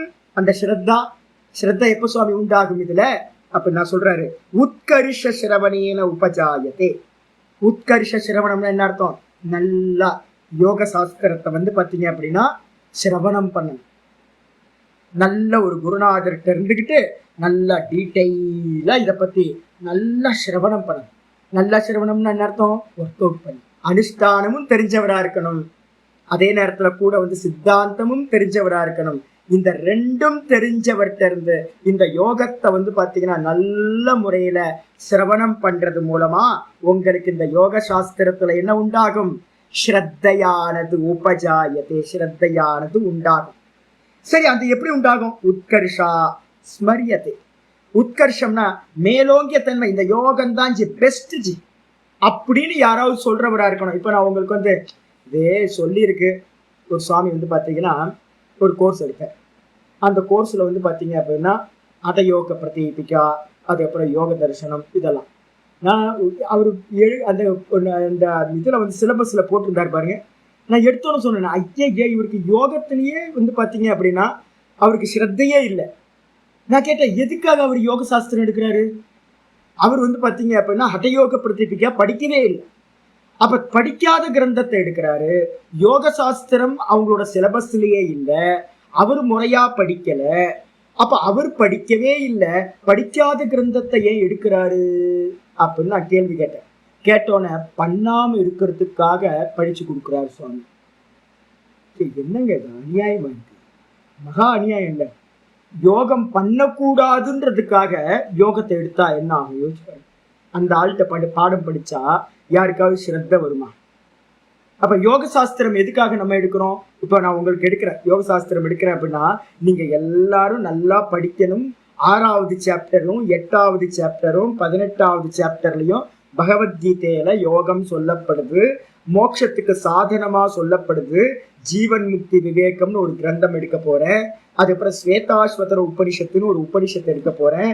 எனக்கு அதுக்கு ஹெல்ப் பண்றதுக்காக என்ன பண்ணலாம், இந்த யோக சாஸ்திரத்தை உங்களுக்கு எடுக்கிறேன். சமாதியை பத்திலாம் தெரிஞ்சுக்கணும், இதை அபியாசம் பண்ணணும். ஒண்ணு கிரமமுக்தி அடையணும், இல்லை அப்படின்னா ஜீவன் முக்தி அடையணும். அதுக்கு உபயோகம் இந்த யோகம்னு சொல்லிதான் நான் உங்களுக்கு யோகத்தை எடுக்கிறேன். இதை யாரும் பண்ணக்கூடாதுன்னா உட்கார்ந்து மணிக்கணக்கா இதை பண்ணக்கூடாதுன்னா எவனாவது பாடம் எடுப்பான்? யோசிச்சு பாருங்க. அப்ப மொத்தமா டோட்டலா தப்பு. அதனால பாத்தீங்க அப்படின்னா அது மாதிரி ஆள்கிட்ட யோகம் படிச்சோம் அப்படின்னா இப்படி சொல்லியிருக்கு ஏதோ இப்படி சொல்லியிருக்க. ஏன் பதஞ்சலி, எனக்கு டவுட்டா இருக்கு, பதஞ்சலி இந்த யோக சூத்திரம் இவர் தான் எழுதினாரா இல்ல பதஞ்சலின்ற பேர்ல எவனாவது எழுதிட்டானோ? இந்த யோக சுதாகரம் வந்து சதாசிவ பிரம்மேந்திர எழுதினாரா என்னன்னே தெரியல. யாரோ வந்து பார்த்தீங்கன்னா இடைசெருகளா வந்து பார்த்தீங்கன்னா யாரோ எழுதிட்டான். இது ஏதோ சொல்லியிருக்கு. என்கிட்ட வந்து எனக்கு ஒரு பாடம் படிச்சு கொடுத்த ஒருத்தர் இருக்க, நல்ல பெரிய குருநாதர். அவர் என்ன பண்ணுவாரு அப்படின்னு கேட்டா, சாமி இப்படி சொல்லியிருக்கேன் சாமி, யோகா எல்லாம் பண்ணணும்னு சொல்லியிருக்கேன் சாமி, சமாதி அடையணும்னு சொல்லி. ஆமா சாமி, எனக்கும் டவுட்டாவே இருக்கு சுவாமி. அவர் சொல்லுவார், எனக்கும் டவுட்டாவே இருக்கு சாமி, ஏன் இப்படி சொல்லியிருக்கு? அடப்பாவுங்க, தனக்கு இன்னும் கன்க்ளூஷனே வரல. அவர் வந்து பாத்தீங்கன்னா 2 கோர்ஸ்ல எடுத்து முடிச்சிட்டார். நிறைய ஸ்டூடெண்ட் தான் படிச்சுட்டாங்க. அப்ப அவங்களுக்கு வந்து பாத்தீங்கன்னா கிளாரிட்டி கிடைக்குமா அப்படின்னா கிடைக்கும். அப்ப வந்து பாத்தீங்கன்னா நல்ல முறையில யோகத்தை பரம்பரையில படிச்சவரா இருக்கணும், அவர் அனுஷ்டானம் பண்றவரா இருக்கணும். அப்படி பண்றவருக்கு வந்து நீங்க வந்து பாத்தீங்கன்னா இந்த யோகத்தை படிச்சீங்க அப்படின்னா நமக்குள்ளார வந்து ஒரு ஃபயர் உண்டாகும். யோகத்தை நம்ம பண்ணணும் அப்படின்ற ஃபயர் உண்டாகும். சரி, எங்க சொல்லப்பட்டிருக்கு அது மாதிரி அப்படின்னா பகவத்கீதையில ஆச்சாரியர் 6வது அத்தியாயம் 46வது ஸ்லோகத்துல இருக்கிற ஸ்லோகத்தை சதாசிவ பிரம்மேந்தர் அப்படியே கோட் பண்றார். நிதித்தியாசனம்ன்றது தான் வந்து பாத்தீங்கன்னா பகவத்கீதையில ஆத்ம சம்யம யோகம் அப்படின்னு பேரு. 6வது சாப்டருக்கு பேரு. இப்ப நம்ம யோக சாஸ்திரத்தை ஏன் படிக்கிறோம் தெரியுங்களா? இந்த யோக சாஸ்திரம் படிக்கிற எல்லாத்தையும் நான் அப்படியே வந்து பகவத்கீதை 6வது சாப்டர் வரும்போது 5வது சாப்டர் லாஸ்ட் ஸ்லோகத்தில இருந்து ஆரம்பிச்சிருவேன். அப்படியே யோகம், இந்த சமாதி அபியாசம் எல்லாம் அங்க வந்து பாத்தீங்கன்னா பகவத்கீதையில 6வது அத்தியாயத்துல சொல்லப்பட்டிருக்கு. அதே மாதிரி 18வது அத்தியாயத்துல வந்து பாத்தீங்க அப்படின்னா இதே யோகம் நிர்குண பிரம்மத்தை நிர்விகல்ப சமாதி அடையறதுக்காக 49ல இருந்து 55வது ஸ்லோகம் வரைக்கும் 18வது சாப்டர்ல இந்த நிர்விகல்ப சமாதியை பத்தி பேசப்போகுது. அதே மாதிரி வந்து பாத்தீங்கன்னா யாராவது சவிகல்ப சமாதி அடையணும், சாமி நான் வந்து ஈஸ்வரனை அடையணும், சாயுஜ்ய பதவி அடையணும் அப்படின்னா 8வது சாப்டர்ல வந்து பாத்தீங்கன்னா சொல்ல போகுது. அப்போ 3 இடத்துலயும் பகவத்கீதையில சொல்ல போகுதுன்னு எனக்கு தெரியும். இதோட இம்பார்ட்டன்ட் தெரியும். என்ன சொல்லியிருக்கு? 6வது அத்தியாயத்துல சொல்ற, தபஸ்விப்யோ அதிகோ யோகி ஞானிப்யோ அபி மதோதிகஹ கர்மிப்யஸ்ச அதிகோ யோகி தஸ்மாத் யோகி பவார்ஜுன தஸ்மாத் யோகி பவார்ஜுன. அற்புதமான ஸ்லோகம். தபஸ்விப்யோ அதிகோ யோகி. இந்த ஊர்ல ஏகப்பட்ட பேர் தபஸ் பண்றேன்னு இருக்கான். நர்மதா யாத்திரை பண்ணிட்டு இருக்கும்போது நம்ம தமிழ்காரர் வந்து திண்டுக்கல் பக்கத்துல ஒருத்தர், அவர் வந்து பாத்தீங்கன்னா நர்மதா கரையில எங்கேயோ போய் மாட்டிக்கிட்டு இருந்தார். எங்கேயா வந்த நீ? திண்டுக்கல்ல, மதுரை பக்கத்துல திண்டுக்கல்ல இருந்த ஆள் அங்க வந்து எங்க மாட்டினா அப்படின்னு கேட்டா, அவர் வந்து பாத்தீங்கன்னா ஒரு நதியில வந்து நடுவுல ஒரு பாறை மட்டும் இருக்கு. அந்த பாறையில வந்து பாத்தீங்கன்னா வெயில் அடிச்சுக்கிட்டு இருக்கு. அந்த பாறையில வந்து பாத்தீங்கன்னா உட்கார்ந்துக்கிட்டு வந்து பாத்தீங்கன்னா, ஏன் அங்க உட்கார்ந்துருக்கீங்க? அவர் தபஸ் பண்றார். என்ன தபஸ் பண்றார்? 48 நாள் வந்து பாத்தீங்கன்னா அந்த பாறையை விட்டு வரமாட்டார். அப்ப என்ன சாப்பிடுறார் அப்படின்னு கேட்டா, வெறும் மோர் மட்டும்தான் குடிச்சுக்கிட்டு இருக்கார் அப்படின்னு நான் சொன்னேன். இது மாதிரி எங்கேயாவது சாத்திய சாதன சம்பந்தம் இருக்கா? எங்கேயாவது இது மாதிரி இருந்துகிட்டு தபஸ் பண்றதுனால இந்த பலன் கிடைக்கும்னு எங்கேயாவது பெரியவங்க இருந்திருக்காங்களா? இல்ல சாஸ்திரத்துல ஏதாவது சொல்லப்பட்டிருக்கானா? அதெல்லாம் இல்ல. அவருக்கு தோணுச்சு, அவர் போய் இருந்துட்டார். அப்போ நம்ம எந்த ஊருக்கு போறதா இருந்தாலும், எந்த ஊருக்கு போகணும்னா இந்த டிக்கெட் எடுக்கணும், இந்த ட்ரெயின் ஏறணும், இந்த பஸ் ஏறணும், இந்த ஃப்ளைட்டை பிடிக்கணும் அப்படின்னு தெரிஞ்சுக்கிட்டு தானே நம்ம ஃப்ளைட் ஏறுறோம், ட்ரெயின் ஏறுறோம், பஸ் பிடிக்கணும். அப்ப ஊருக்கு போறதுக்கே நம்ம இது பண்றோம் அப்படின்னா ஒரு சாத்தியத்தை அடையறதுக்கு என்ன சாதனம்னு தெரியணும். ஆனா ஊர்ல வந்து பாத்தீங்கன்னா நிறைய பேர் தபஸ்விகள் இருக்காங்க. தப்பு சொல்லல, தபஸ்விகள் நிறைய பேர் இருக்காங்க. ஏகப்பட்ட தபஸ் வந்து பாத்தீங்கன்னா நார்த் இந்தியா போனீங்கன்னா பார்க்கலாம், விதவிதமான தபஸ். ஆனா வந்து பாத்தீங்கன்னா காயக்லேஷம் அப்படின்னு பேர் தபஸுக்கு பேர். நல்ல தேகத்தை வந்து வருத்துறாங்க, இருந்தாலும் கூட அவங்கள காட்டிலும் காயத்தை கிளேஷம் பண்றதை காட்டிலும் துக்கப்படுத்துறதை காட்டிலும் உட்கார்ந்து சமாதி அபியாசம் பண்றான் பாருங்க, மனச நிரோதம் பண்றதுக்காக காரியம் பண்றான் பாருங்க, அவன் மிகவும் மேலானவன். தபஸ்வி வந்து என்ன பண்றான் அப்படின்னா இந்திரியங்களை தான் என்ன பண்றான், தண்டனை கொடுக்குறான், பனிஷ் பண்றான். தேகத்தை பனிஷ் பண்றான், இந்திரியத்தை பனிஷ் பண்றான். ஆனா யோகி எங்க ஒர்க் பண்றான்? யோகி வந்து பாத்தீங்க அப்படின்னா அதையும் தாண்டி மனசோட விற்த்திகள்ல காரியம் பண்றான். அதனால வந்து பாத்தீங்கன்னா இந்திரியத்தையும் தேகத்தையும் காட்டிலும் மனத்தை கண்ட்ரோல் பண்றது ரொம்ப உயர்ந்தது, அவன் உயர்ந்தவன் சொல்லியாச்சு. அதுக்கப்புறம் ஞானிபியோ அப்படி மதோ அதிகா. ஞானி அப்படின்னா என்ன அர்த்தம் அப்படின்னா ஏகப்பட்ட பேர் ஞானியா இருக்காங்க ஊர்ல. ஐயோ தெருவுக்கு தெரு வந்து 10 ஞானி இருக்காங்க என்ன மாதிரி. நல்ல சாஸ்திரம் படிச்சவங்க வந்து பாத்தீங்கன்னா இப்ப சாஸ்திரம் எல்லா இடத்துலயும் இருக்கு, நல்லா இருக்கு, நிறைய இடத்துல டீச்சிங் போயிட்டு இருக்கு. அப்ப பதார்த்தங்களை தெரிஞ்ச ஞானிகள் வந்து பாத்தீங்க அப்படின்னா ஏகப்பட்ட பேர் இருக்கான். அதனால வந்து பாத்தீங்க அப்படின்னா அவங்களை காட்டிலும் சப்தார்த்த ஞானத்தை தெரிந்த பரோட்ச ஞானிகளை காட்டிலும் அந்த அப்புறம் நிதித்தியாசனத்துக்கு போறவன் இருக்கான் பாருங்க. நிறைய பேர் டிராப் அவுட், சிரவணம் பண்ணி முடிச்சோடனே போதும் புரிஞ்சா போதும், அப்ப சமாதியெல்லாம் தேவையில்லை அப்படின்ட்டு வந்து பாத்தீங்கன்னா சப்தத்தை எடுத்துக்கிட்டு ஊர் ஃபுல்லா வந்து பாத்தீங்கன்னா பிரவச்சனம் அது இதுன்னு சுத்திக்கிட்டு நல்லா லைஃப் லீட் பண்ணிட்டு போயிட்டே இருக்காங்க. யாரும் வந்து பாத்தீங்கன்னா பெரிய முனிவர்கள் ரிஷிகள் பண்ண மாதிரி எந்த கர்மத்தையும் பண்ணவே இல்லை. 18வது சாப்டர்ல பகவத்கீதையில சொல்ல போகுது. யோகி வந்து பாத்தீங்கன்னா இந்த நிதித்தியாசனத்துக்கு போறவன் எங்கெல்லாம் போகணும்னு விவிக்த சேவி லக்வாசி யதவா காய மானசக வைராக்கியம் உபாசிரித்தக அப்படின்னு 18வது சாப்டர்ல சொல்ல போகுது. அப்போ ஆச்சாரியர் பாஷ்யம் பண்றார். எங்கேயாவது காட்டுக்குள்ளார போகணும், எங்கேயாவது மலையில போய் உட்கார்ந்துக்கணும், எங்கேயாவது குகையில போய் உட்கார்ந்துக்கணும், எங்கேயாவது நதிக்கரையில போய் உட்கார்ந்துக்கணும், ஏகாந்தமா இருந்துக்கணும், ஏகாந்தமா இருந்துக்கிட்டு அளவா ஒருவேளை சாப்பாடு எடுத்துக்கணும், எல்லா சதா காலமும் வைராக்கியத்தை அனுஷ்டானம் பண்ணிக்கிட்டு அகமகமகம்ன்ற தியானத்திலேயே இருக்கட்டும் அப்படின்னு நிதித்தியாசனத்துக்கு 18வது சாப்டர்ல வந்து பாத்தீங்கன்னா ஆச்சாரியர் சொல்ற 52வது ஸ்லோகத்துல. ஆனா இப்போ யாருமே வந்து பாத்தீங்கன்னா இதெல்லாம் அப்ளை பண்றதே இல்லை. அப்ப என்ன அர்த்தம் கேட்டீங்கன்னா நிறைய ஊர் ஃபுல்லா ஞானிகள் இருக்காங்க. ஆனா ஞானிகள் யாரும் சிரவணத்தோட நிப்பாட்டிடுறாங்க, மன்னத்துக்கும் போறதில்ல நிதித்தியாசனத்துக்கும் போறதில்லை. அப்ப நிதித்தியாசனத்துக்கு போறக்கூடிய அந்த யோகி இருக்கான் பாருங்க, ஆத்ம தியானம் பண்றவன், அவன் ரொம்ப உயர்ந்தவன், அதிகமானவன் அப்படின்னு என்னுடைய எண்ணம். அதுக்கப்புறம் சொல்றாரு கர்மிபியஸ்ச அதிகோ யோகி. அதுக்கப்புறம் ஊர்ல பாத்தீங்கன்னா ஐயோ கர்மிகளா கர்மிகள், ஊர் ஃபுல்லா கர்மிகள் தான். எங்க பார்த்தாலும் கோயில் கட்டுறது, குளம் வெட்டுறது, ஆஸ்பத்திரி கட்டுறது, அன்னதானம் பண்றது, நிறைய புண்ணிய கர்மாக்கள் நடந்துகிட்டே இருக்கு. ஆனா வந்து பாத்தீங்க அப்படின்னா யோகி வந்து பாத்தீங்கன்னா அவங்க எல்லாத்தை காட்டிலும் மேலானவன். அதனால என்ன சுவாமி பண்ணணும் அப்படின்னா அர்ஜுனனுக்கு கிருஷ்ண பரமாத்மா சொல்றாரு தஸ்மாத் யோகி பவ அர்ஜுன். ஏ அர்ஜுன, அதனால நீ என்ன ஆகணும் அப்படின்னா தபஸ்வியா ஆக வேணாம். ஊர்ல ஏகப்பட்ட பேர் இருக்கான், ஞானியா சப்த சாஸ்திரத்தை படிச்சுக்கிட்டு அதுலயே உழண்டுகிட்டு இருக்கவன் நிறைய பேர் இருக்கான், அவனும் ஆக வேணாம். அதுக்கப்புறம் வந்து கர்மியாகவும் ஆக வேணாம். அப்ப எப்படி ஆகணும்னா நீ யோகியாக ஆவாயாக. அப்ப கிருஷ்ண பரமாத்மா அர்ஜுனனுக்கு உபதேசம் பண்றது என்னது, நீ யோகியாக ஆவாயாக. இது வந்து யோக சுதாகரத்துல ஒண்ணுதான் சொல்லியிருக்கு. நான் இப்ப எக்ஸ்ட்ரா ஒண்ணு சொல்றேன் கூட வந்து பாத்தீங்கன்னா 12th சாப்டர்ல வந்து பாத்தீங்கன்னா 12 பக்கத்துல ரெஃபரன்ஸ் போட்டுங்க. 12வது அத்தியாயத்துல 12வது ஸ்லோகத்துல என்ன சொல்லுதுன்னா ஸ்ரேயோ ஹி ஞானம் அப்யாசாத் ஞானாத் தியானம் விசிஷ்யதே. ஸ்ரேயோ ஹி ஞானம் அப்யாசாத். ஞானம் இல்லாம நிறைய பேர் அபியாசம் பண்ணிட்டு இருக்கான்.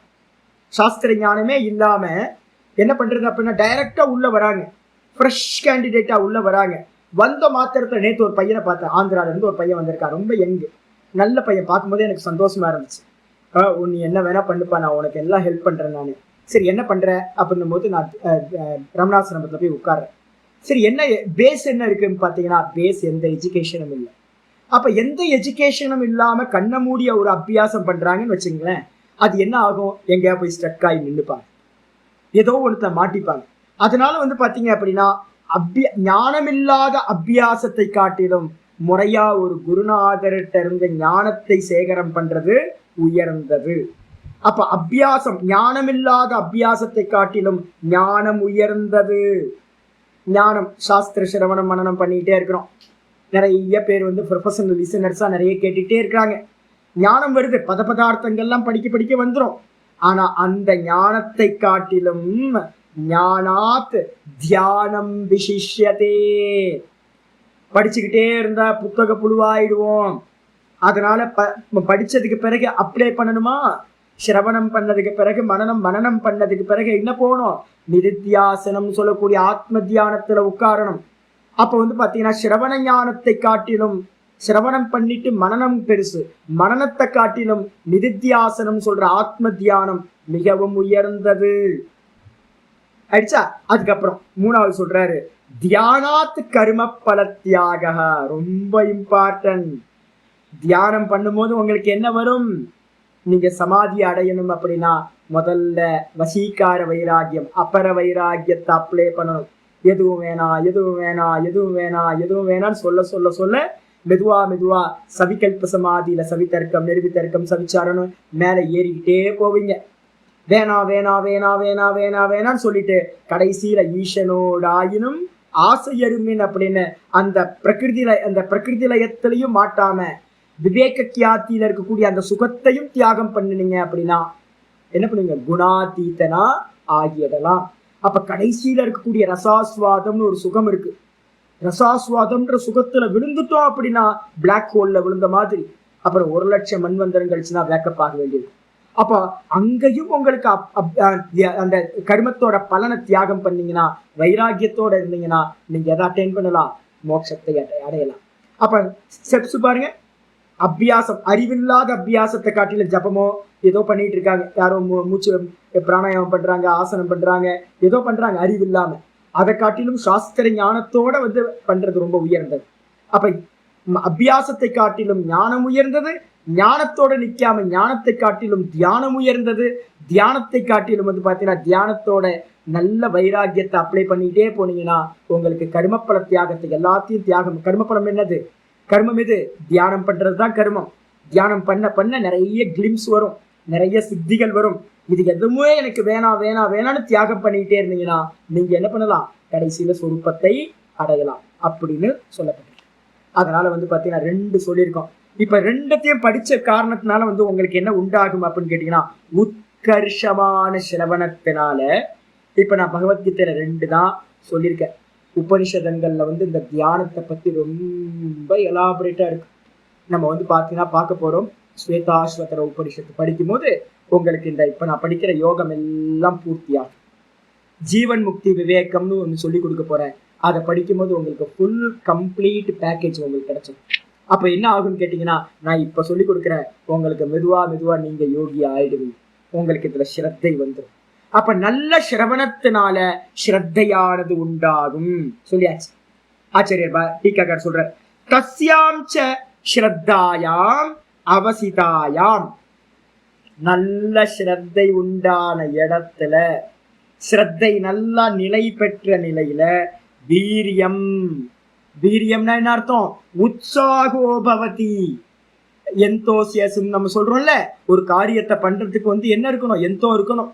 எந்தோ இல்லை அப்படின்னா என் கூட பார்த்தீங்கன்னா ஒரு 2-3 சாதுக்கள் இருந்தாங்க. எப்போ பார்த்தாலும் யோகம் பண்றேன் அப்படின்ட்டு அவர் என்ன பண்ணுவார் அப்படின்னு கேட்டிங்கன்னா, தலையில கையை வச்சு உட்காந்துருவார். காலையில பார்த்தீங்க அப்படின்னா சீக்கிரமே எழுந்திருப்பார். ஒரு 5 மணிக்கெல்லாம் எழுந்திருப்பார். ஒரே அழுக்கு மயம். அங்கங்க ட்ரெஸ்ஸை பார்த்தீங்கன்னா ஒரு 10-15-20 நாள், ஒரு மாசத்துக்கு ஒரு வாட்டி தான் துவைப்பார். அப்படியே பக்கத்துல போனவே ஸ்மெல் அடிக்கும். அவர் பார்த்தீங்கன்னா ஒரு மூர்த்தங்களா பார்த்தீங்கன்னா ஒரு நிறைய ஒரு 8-10 விநாயகர் மூர்த்தத்தை வச்சிருந்தார். 8-10 விநாயகர் மூர்த்தத்தையும் காலையில குளிக்கவே மாட்டார். குளிக்காமையே பார்த்தீங்கன்னா அதுக்கு மேல தண்ணி எடுத்து ஊத்துவார். நான் அபிஷேகம்லாம் சொல்ல மாட்டேன், தண்ணி எடுத்து அதுக்கு மேல ஊத்துவார். என்ன பண்றீங்கன்னா, அபிஷேகம் பண்றேன் அப்படின்னு. அபிஷேகம் பண்ணிட்டு அந்த தான் உடுத்திருந்த வேட்டி இருக்கும்ல, அழுக்கா அவுத்து போட்டு வச்சிருப்பார். அந்த வேட்டியை வச்சு பாத்தீங்கன்னா துடைப்பார். என்னடா மனுஷன், இப்படிப்பட்ட மனுஷனா இருக்கானே அப்படி ஐயோ சகிக்க முடியாம இருக்கும். அதுக்கப்புறம் பாத்தீங்கன்னா மூளையில போய் உட்கார்ந்துக்கிட்டு தலையை பாத்தீங்கன்னா இப்படி தலையை மேல கையை வச்சுக்கிட்டு உட்கார்ந்துருப்பார். நான் போய் பார்க்கும்போது ஐயோ யாரும் செத்து போயிட்டாங்களோ, ஏதோ பேட் நியூஸ் ஏதாவது வந்துடுச்சோ அப்படின்னு தான் இருக்கும் எனக்கு. ஏன்னா தலைமையில கை வச்சு உட்கார்ந்துக்கிறது, ஐயோ போச்சே அப்படின்னு. இது மாதிரி உட்கார்ந்துக்கிட்டு பாத்தீங்கன்னா மெடிடேட் பண்ண முடியுமா? மெடிடேட் பண்றதுக்குன்னு ஒரு ஆசனம் சொல்லியிருக்கோம், ஒரு பிராணாயாமம் சொல்லியிருக்கு. டெய்லி காலையில் எழுந்திரிச்சு குளிச்சுட்டு ஆசனம் பண்ணி நல்லா பிராணாயாமம் பண்ணி முறையா பண்ணணும். அப்போ உற்சாகம் இருக்குமா அப்படின்னா, தத்தியா இருக்கிறது, ரொம்ப தாமசிக்கா இருக்கிறது. உற்சாகம் அப்படியே என்ன ஆயிருப்போகுது, நம்ம எல்லாம் யோகம் பண்ணி ஆக போறோமா என்ன, அது ஏதோ இமாலயத்துல ஏதாவது யாருக்காவது நடக்குமா இருக்கும், நமக்கெல்லாம் ஒண்ணும் நடக்காதுச்சு அப்படின்ட்டு பாத்தீங்கன்னா எந்த ஒரு எந்தசைஸும் இல்லாம எப்படி இருப்பாங்க, ரொம்ப டல் அடிச்சு போயிருப்பாங்க. அவங்களால பாத்தீங்கன்னா யோகத்துல சாதிக்கவே முடியாது, கொஞ்சம் கூட மேலே ஏற முடியாது. ஏன் அப்படின்னு கேட்டீங்கன்னா அவங்கள்ட்ட அந்த ஸ்ரத்தை இல்லை. அப்ப ஸ்ரத்தை இருக்கிறவனிடத்துல என்ன உண்டாகும் அப்படின்னா வீரியம்னு சொல்லக்கூடிய உற்சாகமானது பவதி. அதுக்கு அடுத்து சொல்ற சர்வதா யோகம் சம்பாதிஷ்யாமி இது. என்ன உற்சாகம், எப்படியாவது அடைஞ்சிருவஞ்சி, எப்படியாவது சமாதியை பாத்தீங்கன்னா சாஸ்திரம் சொல்ற மாதிரி இந்த ஜென்மம் இருக்கிறதுக்குள்ளார முடியறதுக்குள்ளார ஸ்தித்வா சியாமந்த காலேபி பிரம்ம நிர்வாண மிருச்சதி. 2வது சாப்டர்ல பகவத்கீதையில லாஸ்ட் ஸ்லோகத்துல சொல்லுது, கடைசி க்ஷணம் வரைக்கும் நமக்கு சாய்ஸ் டைம் இருக்கு. அதனால பாத்தீங்கன்னா இன்னும் பகவான் எல்லாத்துக்கும் ஒரு 25 வருஷம் கொடுக்கட்டும். நான் வேணா எல்லாத்துக்கும் ரெக்கமெண்ட் பண்றேன் பகவான்கிட்ட பகவானே எல்லா 70 வயசுல இருக்கிறவங்களுக்கெல்லாம் 95 வயசு வரைக்கும் அவங்களுக்கு நல்ல லைஃப் டைம் கொடு, நல்ல ஹெல்த்தை கொடு. இன்னும் 50 வயசுல இருக்கிறவங்களுக்கெல்லாம் இன்னும் ஒரு 50 வருஷம் கொடு, நல்லா கொடு. நல்ல எப்படியாவது கடைசி க்ஷணம் இருக்கிற வரைக்குமாவது டைம் இருக்கு, அதுக்குள்ளார அட்டைன் பண்ணணும் அப்படின்னு பாத்தீங்க அப்படின்னு நான் ஆச்சரியம் சொல்றேன்.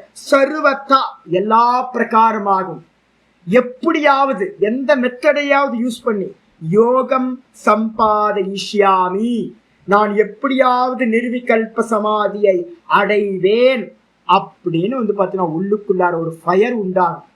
ஃபயர் அணையவே கூடாது. நிறைய பேர்ட்ட பாத்தீங்கன்னா தண்ணி ஊற்றி அடைச்சிட்டாங்க. எல்லாம் நிறைய சன்னியாசிகள் பார்த்தீங்க அப்படின்னு எனக்கு சிரிப்பா வரும். ஃபயர் பாத்தீங்கன்னா உள்ளுக்குள்ளார ஒரு நெருப்பு ஜீவன், அது அணைய விடவே கூடாது, அதை பாதுகாத்துக்கிட்டே இருக்கணும். அதுதான் உங்களுக்கு பாத்தீங்கன்னா அந்த கிராஃப் பாத்தீங்கன்னா மெதுவா மேல போயிட்டே இருக்கும். நிறைய பேர் என்ன பண்ணுவாங்க, விஷய போகம் அது இதுன்னு நிறைய விஷயங்கள்ல ஈடுபட்டு என்ன பண்ணுவாங்க, அணைஞ்சு போயிடும், உள்ள ஃபயரே இருக்காது, வாழை மட்ட மாதிரி ஆயிடுவாங்க. ஆனா இங்க சொல்லுது என்னன்னு கேட்டீங்கன்னா ஸ்ரத்தை இருக்கிறவனிடத்துல வீரியம் உண்டாகும்.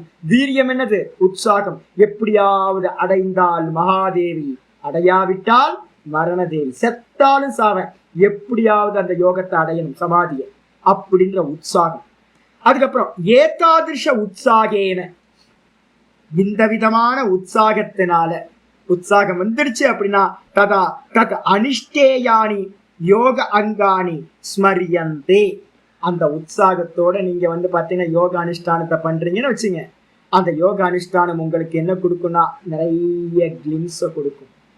ஒரு ரோட்ல யாத்திரை பண்றோம்னு வச்சுங்களேன், போகும்போது ரோட்டுக்கு 2 பக்கமும் பாத்தீங்கன்னா கார்ல போயிட்டு இருக்கோம், 2 பக்கமும் மலைகள் வரும், ஆறு வரும், எல்லாம் வரும்ல, எது எதெல்லாம் வந்துச்சு என்னெல்லாம் போச்சு கிராஸ் ஆயுதுன்னு நமக்கு எல்லாம் பார்க்குறோம்ல.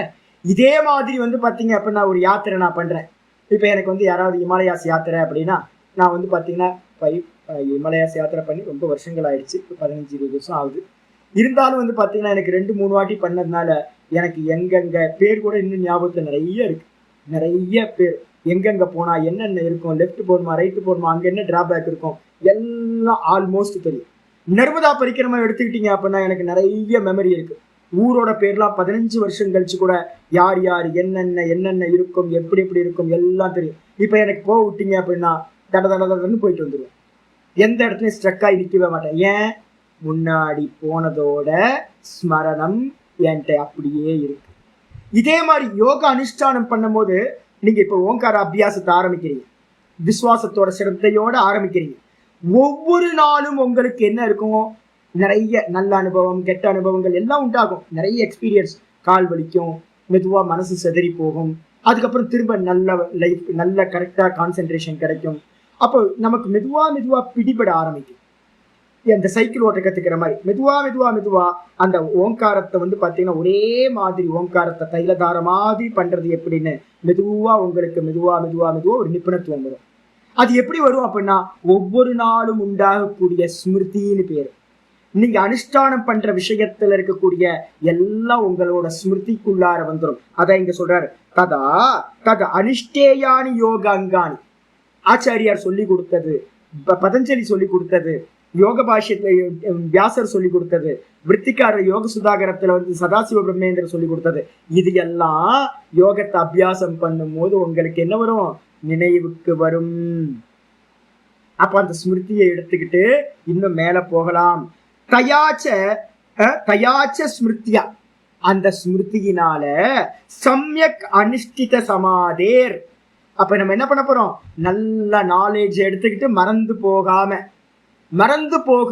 நாலேஜ். நான் படிக்கவே மாட்டேங்க, சின்ன வயசுல படிக்கவே மாட்டேன். படிக்கணும் ஒரே ground, cricket, volleyball, cricket, shuttle cock, ஒரே கிரவுண்டு தான். ஆனா என்னோட பிரதர் ஒருத்தர், என்னோட பிரதர் 2 வயசு கூட, எனக்கு 2 கிளாஸ் மேல. ஐயோ, அவனாலேயே தான் ப்ராப்ளம் எனக்கு. நாள் ஃபுல்லா படிச்சுக்கிட்டே இருப்பாங்க. வீட்டுல வந்து பாத்தீங்கன்னா பாரு, நல்ல புள்ள படிச்சுக்கிட்டே இருக்கு பாரு, நல்ல புள்ள பாரு, நீ தான் இருக்கிய, நீ தத்தி, எப்ப பார்த்தாலும் கிரவுண்ட்லயே விளையாண்டுட்டு இருக்க அப்படின்னு.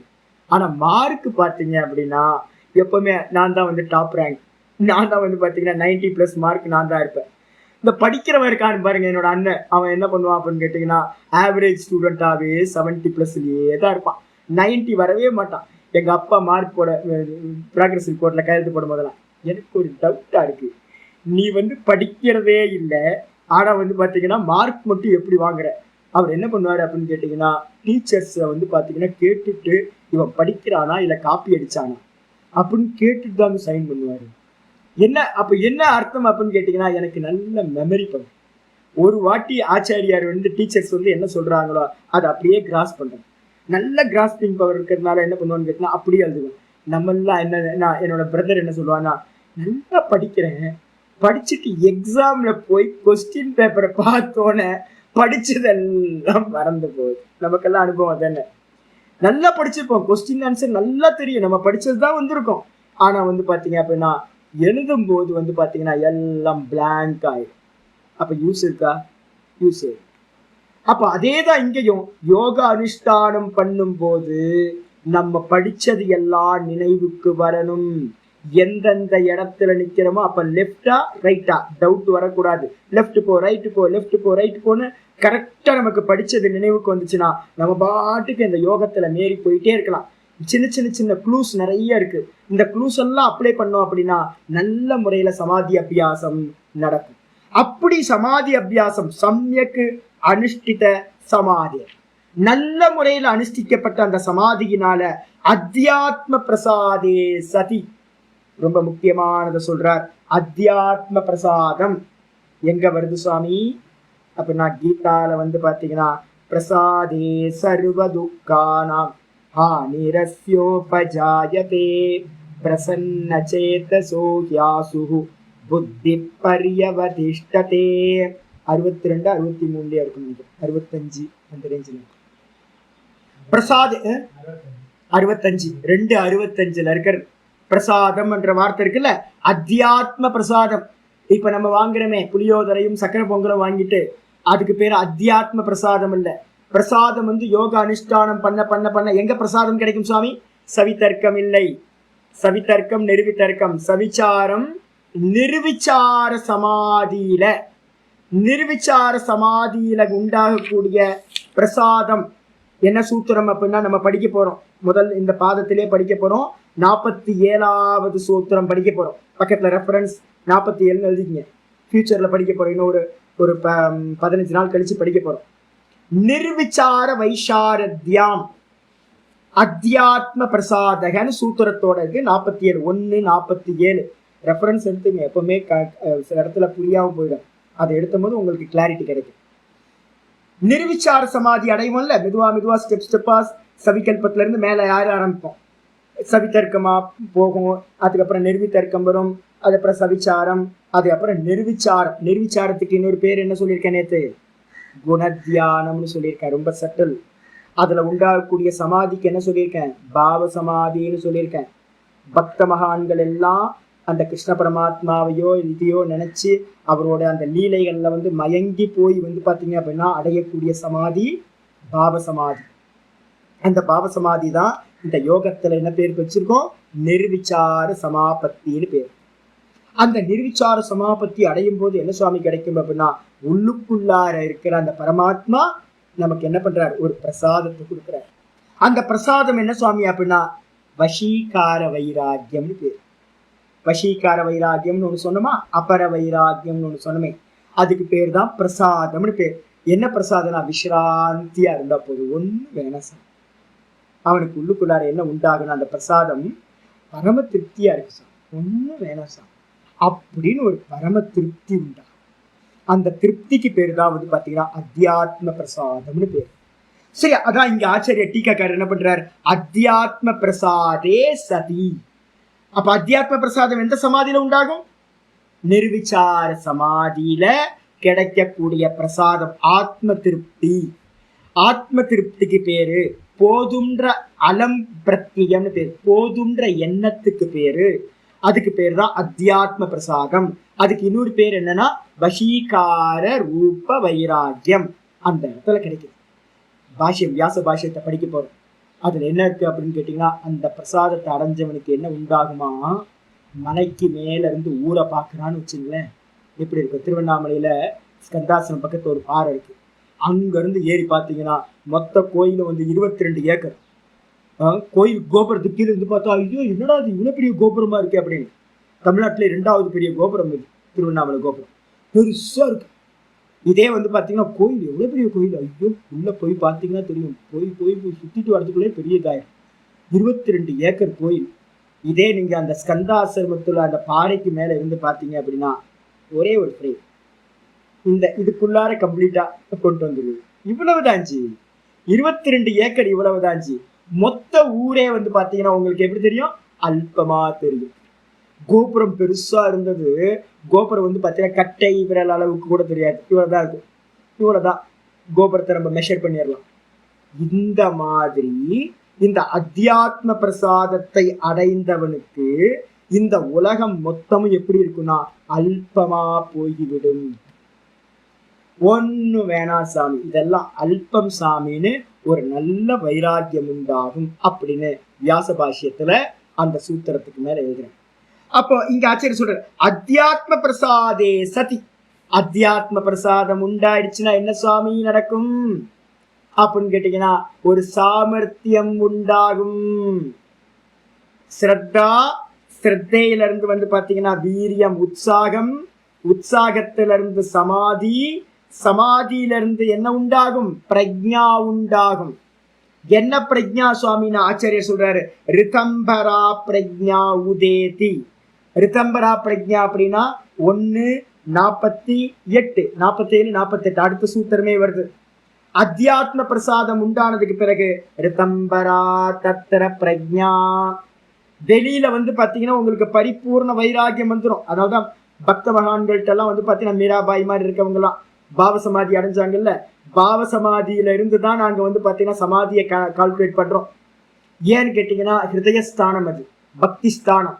அந்த ஹிருதயஸ்தானத்தை பக்தி பாவத்தை அடைஞ்சவன் இந்த லோக்கமே வந்து பாத்தீங்கன்னா உங்களுக்கு நீ இதை வச்சுக்கோ அதை வச்சுக்கோன்னு கேட்டாலும் கூட வந்து பாத்தீங்கன்னா அவனுக்கு பரிபூர்ண வைராக்கியம் இருக்கும். அவன் இந்த உலகத்து பக்கம் திரும்பவே மாட்டான்.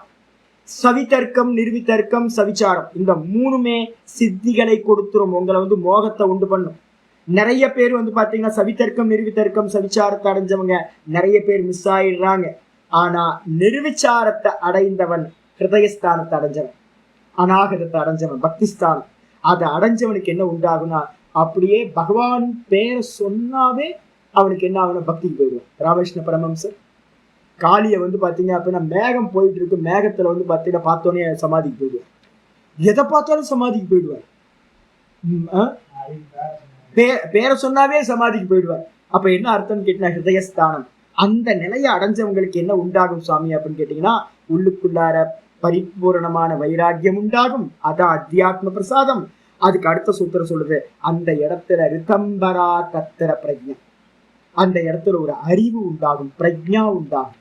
என்ன பிரஜா சுவாமி அப்படின்னா ரிதம் பரதி, அதாவது சத்தியத்தை தாரணம் பண்ணக்கூடிய ஒரு அறிவு உண்டாகும். சத்தியத்தை தாரணம் பண்றது என்ன சுவாமி, நான் நான் நான் நான் நில்லுங்க பார்க்கலாம். எத்தனை நிமிஷம் எத்தனை செகண்ட் நிக்க முடியுது பாருங்க. தாட்லெஸ்ஸா அவங்கவுங்க கெப்பாசிட்டியை பார்த்துருங்க. டைமரை போட்டுட்டு தாட்லெஸ்ஸா எத்தனை செகண்ட் நிக்க முடியும் பாருங்க.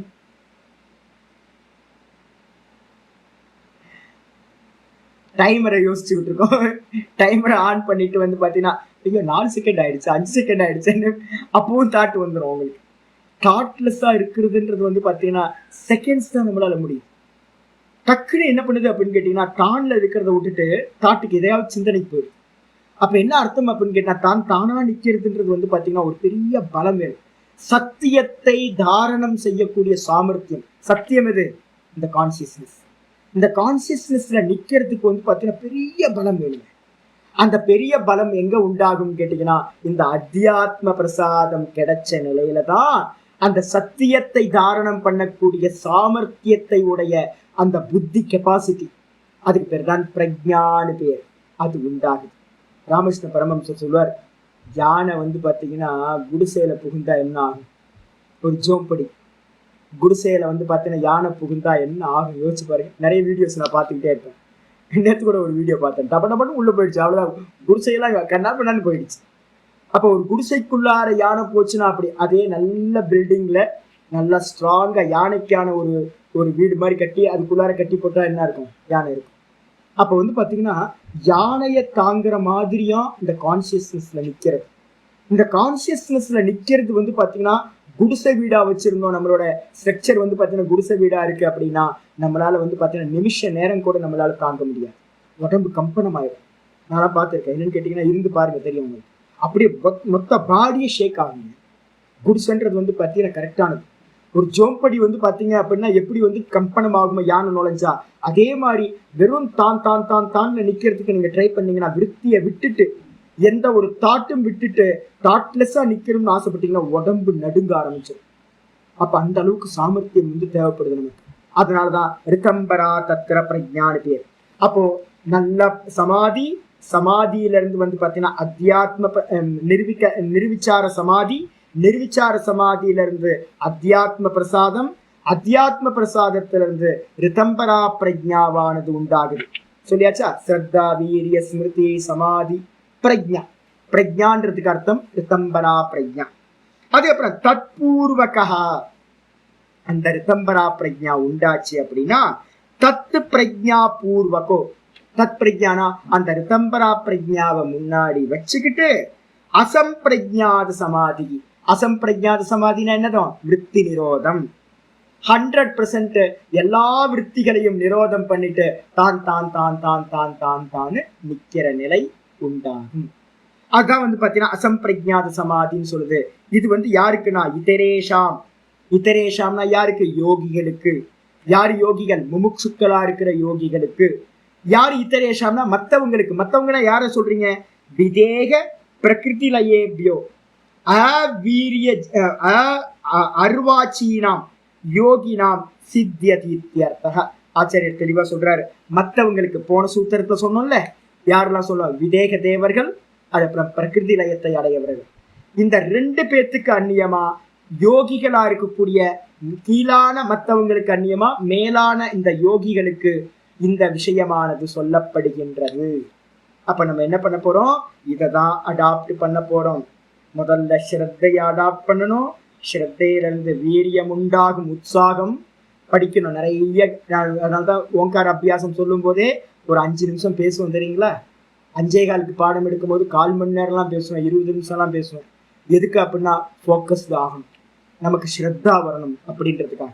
அப்போ பாத்தீங்கன்னா ஸ்ரத்தால இருந்து உற்சாகம் உண்டாகணும். உற்சாகத்துல இருந்து பாத்தீங்கன்னா படிச்ச விஷயங்கள்லாம் ஸ்மிருதிக்கு வரணும். ஸ்மிருதியோட இருந்துகிட்டு சமாதி அபியாசத்தை பண்ணணும். சமாதி அபியாசத்திலையும் சவித்தர்க்கம், நிர்வித்தர்க்கம், சவிச்சாரத்தை கிராஸ் பண்ணணும். ஸ்ட்ரக்காய் எங்கேயும் நின்றக்கூடாது. நிர்விச்சாரத்தை அடையும் போது அத்தியாத்ம பிரசாதம்ன்ற பிரசாதம் கிடைக்கும். அந்த பிரசாதத்தை எடுத்து சுவாமி சாப்பிட்டோம் அப்படின்னா என்ன கிடைக்கும்? ரிதம்பரா பிரஜான்ற பிரஜை உண்டாகும். தான் தான்ல நிக்கிற சாமர்த்தியம். அதை வச்சுக்கிட்டு பாத்தீங்கன்னா என்ன உண்டாகும்? அந்த நிர்விகல்ப சமாதி, அசம்பிரஜாத சமாதி சம்பவிக்கிறது. அப்ப நம்ம இததான் அடாப்ட் பண்ண போறோம் அப்படின்னு சொல்லியாச்சு. 20வது சூத்திரம் முடிச்சு. மீதியை நம்ம நாளைக்கு. ஓம் பூர்ணமத பூர்ணமிதம் பூர்ணாத் பூர்ணமுதச்யதே பூர்ணஸ்ய பூர்ணமாதாய பூர்ணமேவாவசிஷ்யதே. ஓம் சாந்தி சாந்தி சாந்தி. ஹரி ஓம். ஸ்ரீ குருப்யோ நமः. ஹரி ஓம்.